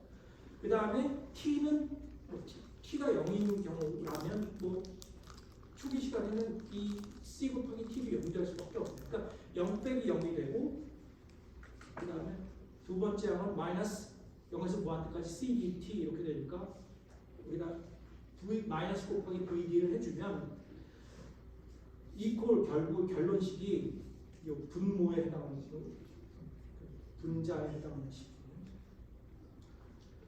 VD 곱하기 AUC 이렇게 되는 겁니다. 그러니까 mean residence time이라는 건 V 곱하기 AUC divided by D 이렇게 되는 거니까 도수 나누기 AUC가 클리어런스라고 된다고 했으니까 VD 곱하기 클리어런스가 돼서 얘를 다시 이렇게 쓸 수 있을 겁니다. 그러니까 아날리티컬리도 쓸 수는 있어요. 근데 이게 부분 적분이 여러분한테 왔지가 않을 수가 있어서 보통은 이제 얘기를 안 하고 미국 애들도 그렇게 해서 텍스트북 보게 되면 보통 얘기를 안 하는데 논문이나 이런 데 보면 통상적으로 나오는 그런 얘기입니다. 근데 이게 이제 원컴파트먼트 모델이니까 이게 좀 쉬운 거고 나중에 이거보다 좀 복잡한 상황이 되게 되면 얘보다 상당히 많이 어려워서 보통 여기까지만 얘기하고 확장을 해도 그렇다. 나중에 알고 싶으면 대학원에 와. 뭐 이렇게만 그것까지 다 얘기를 하면 또 여러분한테 더 잠을 강요할 수도 있기 때문에. 자, 그래요. 그래서 그 AUMC divided by AUC가 mean residence time인 것도 알았고 이번에 그 다음에 그 VD라는 걸 mean residence 곱하기 clearance로 구할 수 있는 것도 알았다. 그 다음에 이거는 원 컴파트먼트 모델에서는 비교적 어렵지 않게 구할 수가 있고 제너럴리는 좀 더 어려울 수는 있지만 해봐야 가능하다 그러더라. 그 정도로 보면 될 것 같습니다. 자, 이번에는 에어리어를 구하는 게 이제 필요한데 뭐 정적분 하면 되니까 C0 디바이드 바이 람다 하면 그죠? 그러니까 C는 C0 곱하기 e to the minus C over V times T 하면 원 컴파트먼트 모델이 되는 거고 혹은 C는 C0 e to the minus 람다 T 이렇게 하면 모노 익스포넨셜 디스포지션이니까 얘를 가지고 정적분을 해도 되지 않느냐라고 얘기를 하는 사람이 있어요. 그 말이 맞아요. 맞고 만약에 그 데이터에 충분히 자신이 있다면 그냥 C0를 따로 구하고 그 인터셉트 그러니까 하이트로부터 구하고 그 다음에 슬로우프로부터 람다 혹은 CL/V를 구해서 집 플러그인을 한 다음에 C0 나누기 람다 혹은 C0 디바이드 바이 클리어스 나누기 V 이런 식으로 해서 구할 수도 있는데 그건 이제 그 아주 자신이 있을 땐 얘기고 대부분의 데이터는 데이터를 가지고 그러니까 여러 타임 포인트를 가지고 구하는 게 보통이에요. 근데 그러기 위해서는 뭘 좀 해야 되는데 그래서 리니어 트래퍼조이덜 메소드라는 거를 해야 됩니다. 이게 말이 어려워서 그렇지 사다리꼴 공식이에요. 사다리꼴 공식. 사다리꼴 공식 기억나시나요? 밑변, 높이, 2분의 1 뭐 이런 것들이 섞여 있는 어떤 식이에요. 그렇죠? 기억 다 나시죠? 2분의 1 곱하기 밑변 더하기 밑변 괄호 곱하기 높이. 그죠? 그렇게 구하면 됩니다. 근데 이게 점이 여러 점이면 각 구간별로 이렇게 예를 들면 데이터가 이렇게 되는 상황이라면 C0까지 구한다고 쳤을 때 이렇게 하나 구하고 이렇게 하나 구하고 이렇게 하나 구하고 이렇게 하나 구하고 여기 아래로 볼로 간 거 아니에요? 직선인데 내가 손에 힘이 없어가지고 이렇게 구하면 되는 거예요. 그러니까 예를 들면 데이터 하나, 둘, 셋, 넷, 다섯이면 4개의 트래퍼조이드를 그려놓고 그걸 가지고 다 더해서 이 특정 시간까지의 에어리어를 구할 수가 있죠. 왜냐하면 농도 알고 하니까. 이게 굳이 이렇게 하냐? 이건 뭐 철학적인 그런 대목이에요. 왜 그러냐면 C0와 람다로 우리가 데이터를 축약을 해냈다면, 그러니까 왜 기울기와 C0를 구했다면 데이터를 축약을 한 거거든요. 그러면 데이터를 축약한 건 보통 좋아하지 않습니다. 사이언티스트라는 있는 데이터를 가지고 그대로 계산하는 걸 보통 좋아하거든요. 그러니까 그러기 위해서는 보통 각각의 데이터를 직접적으로 리프레젠트를 할 수 있는 트래퍼조이드를 그린 다음에 그걸 다 더해서 면적을 구하는 걸 선호해요. 꼭 그러라는 건 아니지만 하여간 그걸 선호한다고 여러분 좀 이해를 해주시고요. 그렇게 할 수 있는 방법으로 가장 쉬운 게 리니어 트래퍼조이드 메소드라고 여러분이 이해를 하면 될 것 같습니다. 로그 트래퍼조이드 메소드는 이번에는 아까는 데이터의 점선이 직선처럼 감소하는 상황입니다. 리니어리 그 로그를 감소하는 게 아니라 직선적으로 감소하는 그런 상황이라면 이번에는 농도가 감소하는 게 모노 익스포넨셜이 떨어진다고 보는 거예요. 아까 왜 이렇게 우리가 만약에 데이터를 표시했다 그러면 비슷하게 그려서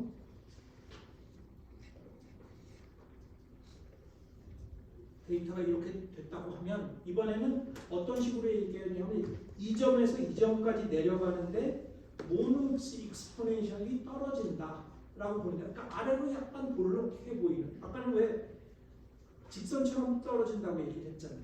그렇기 때문에 직선처럼 떨어진다면 지금 약간 exaggeration에서 이렇게 떨어진 거거든요. 그러니까 실제로 데이터가 이렇게 내려가고 있다면 요만큼의 요 작은 에어리어만큼의 차이가 있겠죠, 그죠? 그러니까 부드럽게 이어졌다면 이런 지금 지금 별표 그리고 있는 곡선인데 실제로 트라포이저널 메소드를 했을 때 요 구간이라면 요만큼의 에어리어 차이가 있잖아요. 아주 작긴 하지만 그거를 못 봐주겠다라고 하면 그러면 농도가 아래로 약간 볼록한 모노 익스포넨셜이 이 농도가 이 농도까지 우리 떨어지는 게 모노 익스포넨셜이 아래로 약간 볼록한 모양이 되도록 그러니까 이런 식으로 약간 exaggerate를 한 거예요. 그런 식으로 해서 각 구간별로 적분을 해서 구한 거를 로그 트래퍼저널 메소드라고 얘기를 합니다. 그래서 여기 보면 이 점이 지금 두 점씩 모노 익스프레션이 연결된 거기 때문에 점이 두 개니까 거기서 람다와 y1 이런 것들을 좀 계산해 낼 수가 있겠죠. 그럼 그걸 적분식에다 플러그인을 해내면 식이 이렇게 구해진다는 거예요. 각 구간별로 요 식을 이용하는데 지금 쓰면. 근데 이게 옛날에는 되게 힘들고 칼큘레이터 하려고 그러면 실수도 많이 하고 그랬는데 요즘은 뭐 엑셀이라는 친구가 있잖아요. 그러니까 그냥 금방 계산을 할 수 있습니다. 그런데 이것도 이렇게 쉬운 일은 아니에요. 왜 쉽지 않냐면 지금은 IV 인젝션 하는 케이스에 대해서만 얘기를 했기 때문에 농도가 감소하는 양상, 그러니까 즉 아래로 볼록한 모양이 나오게 되는데 어떤 경우에는 농도가 증가했다가 피크에 도달했다가 다시 감소하는 그런 경우도 있어요. 그러니까 이런 양상이죠. 예를 들면 약물을 경부로 투여했더니 그게 장관에 들어가서 녹은 다음에 그게 일부 조금씩 흡수가 되면 점점 농도가 높아졌다가 피크에 도달했다가 감소하겠죠. 여러분 만약에 그 아세타미노펜을 먹고 왜 머리 아픈 게 나았다면 먹자마자 나지는 않잖아요. 한 15분, 20분, 30분 정도는 좀 아프다가 이제 좀 나은 것 같아서 그렇게 되잖아요. 그렇죠? 결국 농도, 즉 약효의 그 마커가 점점 올라갔다 피크에 도달했다가 내려오는 그런 양상이거든요. 그래서 아마도 농도 시간 곡선은 이렇게 되는 경우도 많이 있는데 만약에 이거를 로그 트래퍼저널 메소드로 쓰게 되면 아까 내려가는 부분도 이렇게 모노 익스포넨셜이 이렇게 exaggeration 한 겁니다. 이런 식으로 내려오는 거지만 아래 이렇게 올라가는 것도 이렇게 올라가요. 근데 원래 파마코키네틱 개념상 모양은 이렇게 되거든요. 그렇기 때문에 그 리니어 트래퍼조이달 메소드로 그냥 이렇게 올라가는 것보다 이건 더 나쁜 놈이죠. 실제는 얘니까. 그죠? 그러니까 이 에어리어보다 더 많이 달라질 걸 보고 있는 거다라는 겁니다. 그래서 결국 무슨 얘기를 하고 싶은 거냐면 로그 트래퍼저널 메소드가 아래로 약간 볼록하기 때문에 디클라이닝 커브에서는 조금 더 정확도가 나아진다고 얘기를 합니다. 여러 가지 논문을 보면. 그렇지만 올라가는 거는 당연히 손해가 많아져요. 그래서 어떨 때는 리니어를 쓰다가 어떨 때는 로그를 쓰다가 이런 식으로 해야 됩니다. 근데 그거 이제 여러분들한테 얘기하기가 좀 힘들기 때문에 나는 최소한 언더그레이드 레벨에서의 AUC 칼큘레이션 하게 되면 리니어 트래퍼조이달 메소드를 써라. 그냥 보통 그 사다리꼴 공식을 써라 이렇게 얘기를 하고 넘어갑니다. 그래서 로그 트래퍼조이달 메소드는 하면 좋으나 원하는 그런 상태는 아니고 아마 시험 문제도 혹시 헷갈리는 부분이 있을 수가 있기 때문에 에어리어를 구하는 경우에는 특별하게 요구하지 않는 이상 그냥 리니어 트래퍼조들 메소드를 쓰라고 보통 내가 처음에 노트를 써놓거든요. 그러니까 그냥 로그는 일단 저 머티리얼에서만 여러분이 생각을 해보고 시험을 볼 때는 리니어로 하면 될 것 같습니다. 자, 그 다음에 또 하나 우리 생각을 해야 될 게 보통 하게 되면 AUC는 왜 아까 왜 인테그랄 영어에서 무한대까지 CDT 이렇게 쓰고 우리가 AUC라고 디파인 했잖아요, 그렇죠? 그러면 이게 무슨 얘기냐면 요 시간 단위가 0에서 무한대 시간까지에 대한 에어리어를 얘기를 해야 돼요. 근데 만약에 트래퍼조절 메소드를 쓴다면 0에서 last sampling time까지의 면적만 구할 수가 있거든요. 그럼 그 이후의 면적은 우리가 어떻게 계산을 해야 되는지에 대해서 우리가 좀 생각을 해볼 필요가 있습니다. 그래서 그거를 거기 뒤에 numerical calculation of AUC라고 해서 이제 여기 써놨는데 그 CDT를 0에서 무한대까지 구분을 하면 우리가 이제 통상적으로 AUC라고 부르는 것들이에요. 그걸 하게 되면 보통 0에서 TCDT 여기 마지막 샘플링 타임까지의 면적과 그 이후의 면적을 우리가 나눠서 우리가 볼 수가 있겠죠. 그래야 0에서 무한대까지의 면적을 볼 수 있을 테니까. 그리고 0에서 last sampling time까지의 AUC는 아까 얘기한 트래퍼조절 메소드, 여러분 굳이 원한다면 로그 트래퍼조절 메소드를 이용을 해서 0에서 last sampling time까지는 구할 수가 있을 거라는 거예요. 자, 그러면 나머지 부분에 대해서는 어떻게 할 거냐에 대해서 우리가 얘기를 할 수가 있는데 지금 우리가 원 컴파트먼트 모델 혹은 모노 익스포넨셜 디스포지션이라고 얘기했으니까 C e to the minus lambda t 이런 형태로 우리가 쓸 수가 있을 거라는 얘기를 했잖아요, 그죠? 그러면 만약에 이런 기울기가 계속 똑같이 진행되고 있는 그런 상황이라면 그러면 이 last sampling time 이후는 어떻게 우리가 볼 수가 있냐면 이 직선처럼 보이는 건 점선으로 extrapolate을 계속 우리가 한다 치면 이 이후의 면적만 우리가 계산을 하면 되잖아요. 지금 그게 이거에 해당하는 거죠. 그러면 얘는 이 last sampling time에 대한 농도는 C last라고 볼 수 있죠. 그 다음에 이 이후의 기울기는 람다가 계속 지속되고 있는 거라고 해도 크게 문제가 없겠죠, 그렇죠? 그러면 요 식을 요 부분 last sampling time에서 무한대까지 C last 곱하기 E to the minus 람다 그다음에 T minus T last라는 T 항이 좀 달라지죠. 왜 그러냐면 이 식이 T last만큼 x축 이동을 하는 그런 상황이기 때문에 x 대신에 x 마이너스 a 그러니까 t 마이너스 t last만큼 이동을 하는 그런 상태라고 보게 되고 얘를 적분을 하면 결국 얻어지는 식이 뭐냐면 트래퍼조절 메소드에 해당하는 식 AUC 0에서 무한대 그다음에 c last divided by lambda 이렇게 우리가 식을 쓸 수가 있습니다.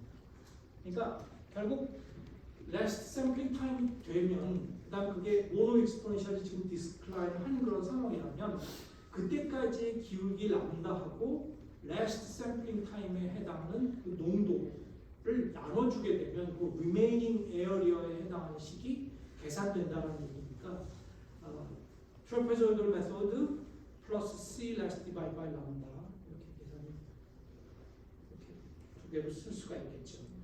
자, 그다음에 AUMC 부분은 기본적으로 똑같아요. 그런데 이제 접근이 좀 골치 아프니까 그거는 여러분이 쭉 다 봐주시면 AUMC의 그 remaining area 해당하는 부분은 C last divided by 아까 왜 remaining area는 C last divided by lambda였죠. 지금 근데 그게 T 곱하기 C 곡선으로 내려가고 있는 상황이기 때문에 C 곱하기 T last divided by lambda 스퀘어 더하기 T last 곱하기 C last divided by lambda 이렇게 우리가 쓸 수가 있을 겁니다. 이거 혹시 여러 번 체크를 했기 때문에 아마 문제는 없을 텐데 혹시 틀렸다면 여러분이 지적을 해줘도 좋아요. 근데 이 식이 아마 맞을 겁니다. 자, 오늘 시간이 아까 몇 시라고 했지? 3시 50분이죠? 무슨 40분까지. 아 진짜인데 저기 예. 5분 저 여러분을 지적하고 싶은 생각은 없고 알았고 한 10분 정도만 더 얘기하고 끝낼게요. 그 정도면 됐어요? 네. 화장실도 못 갔다고 투덜거릴 수도 있는데 늙고 병든 저 교수를 생각을 해서 미안하게 생각합니다. 자 그래요. 리널 클리어런스 지금 이제 그 클리어런스가 뭔지를 안다라고 하면 우리가 그 도우스 바이 AUC에서 구한 토탈 클리어런스는 무슨 개념이 되냐면 결국 활주망도 시간 곡선을 가지고 클리어런스 우리가 몸이 뭔지는 모르는데 나가는 엘리미네이션이 되는 프로세스를 다 더한 클리어런스가 뭔지를 계산하려면 아까 얘기한 AUC와 투여량 도우스를 가지고 해낸 그 식이 돼요. 근데 우리 몸에서 약물이 나갈 수가 있는데 소변으로 나갈 수도 있고 대변으로 나갈 수도 있고 대사가 돼서 간에서 대사가 돼서 나갈 수도 있고 어떤 이상한 경우에는 뭐 다른 여러 가지 엔자임에 의해서 대사가 돼서 나갈 수도 있어요. 근데 그 보통은 우리가 크게 두 가지 클리어런스 파스웨이를 봅니다. 하나는 리널 클리어런스, 뭐 신장 배설은 여러분이 뭔지 금방 알게 되니까 필트레이션 뭐 그런 거 있잖아요, 그렇죠? 리업소션 이런 그런 프로세스가 존재를 하고 그 다음에 그거 이외에도 헤파틱 클리어런스라는 부분이 있습니다. 리버에서 클리어런스가 일어난다 그죠. 이거는 뒤쪽에 거의 세 번째, 네 번째 강의에서 잠깐 언급을 할 그런 얘기고 식이 좀 복잡하고 그래서 여러분한테는 좀 익숙해진 다음에 이제 얘기를 하려고 그 얘기를 밀어놓은 거고요. 리널 클리어런스는 개념이나 이런 것들 여러분 금방 알 거기 때문에 이제 얘기를 하는 거예요. 그래서 리널 블러드 플로우를 우리가 어떻게 브레이크다운이 됐는지를 보게 되면 카디악 아웃풋이라는 거는 심장에서 우리가 짜내는 그 블러드의 유량이라는 얘기죠. 그러니까 대략 한 6.6리터 per minute 정도. 굉장히 엄청난 양이 되겠죠. 그 중에 리널 블러드 플로우는 보통 한 카디악 아웃풋의 20%가 안 된다고 보기 때문에 한 1000ml 정도 넘는 그 정도 값이 됩니다. 그럼 이제 우리가 왜 히메노크리스를 우리가 생각을 해야 되니까 그게 이제 계산을 해주면 대략 플라즈마 플로우로 계산을 해주면 660ml 정도가 되는데 블러드 농도라고 얘기를 하고 왜 플라즈마 컨센트레이션을 보통 얘기를 많이 하냐면 당연해요. 블러드를 체열을 하면 그게 그 코아듈레이션이 일어나기 때문에 굉장히 핸들하기가 곤란합니다. 그러니까 먼저 그 플라즈마를 얻어내서 그 농도를 정량을 하고 특별한 실험을 거쳐서 블러드하고 플라즈마 중의 농도 레이시오를 우리가 따로 구해내서 궁극적으로 블러드 컨센트레이션으로 환산을 해요. 그래서 대부분의 실제 데이터는 플라즈마 컨센트레이션으로 얻어지는 경우가 많기 때문에 보통 플라즈마 여기서도 이제 플라즈마 리널 플로우 같은 것도 얘기를 하고 컨센트레이션 얘기를 할 때도 플라즈마 컨센트레이션 얘기를 하는 경우가 많습니다. 그래서 리널 플라즈마 플로우가 대략 한 600ml 좀 넘어가고요. 이펙티브 리널 플라즈마 플로우는 이제 그 중에 일부 한 10% 정도는 키드니 티슈로도 이제 걔네는 먹고 살아야 되잖아요, 그죠? 그러니까 일부는 이제 글로 가고 일부는 이제 그 필트레이션 프랙션이 이제 100ml 정도가 나오고 근데 100ml 필트레이션이 된다고 하더라도 유린 아웃풋이 대략 분당 1ml 정도밖에 안 되기 때문에 대부분이 이제 리업소션이 일어나는 거예요. 그만큼 키드니가 굉장히 그 에피션트한 그런 오간이라는 걸 알 수 있죠. 근데 상당수의 약물이 필트레이션에 의해서 나가는 이제 체외로 배설이 되는 경우가 있고 또 이게 사실은 간대사하고 신배설하고가 거의 상당히 많은 분류를 차지하기 때문에 이제 보통 클리어런스를 얘기를 할 때는 신배설과 그 헤파릭 클리어런스를 보통 얘기를 합니다. 그래서 GFR이 보통 110ml 정도로 사람에서는 보고 있는데 만약에 리널 클리어런스가 GFR보다 크다고 얘기를 하면 작다고 얘기를 하면 이제 리업소션이 있는 거고 크다고 얘기를 하면 시크리션이 있는 거 여러분이 이미 생리나 이런 데서 얘기를 들었던 걸로 생각을 합니다. 자 그러면 여기서 또 수식 얘기하면 여러분이 다들 싫어할 것 같아요. 미움받고 싶지는 않아요.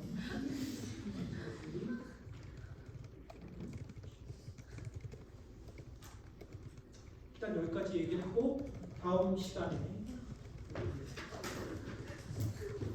이어서 하겠습니다. 근데 그 45분이라는 거가 확정되는 그런 시간이니까요. 왜 너무 연구실에서 그 수강 신청할 때 공지된 시간이 돼요.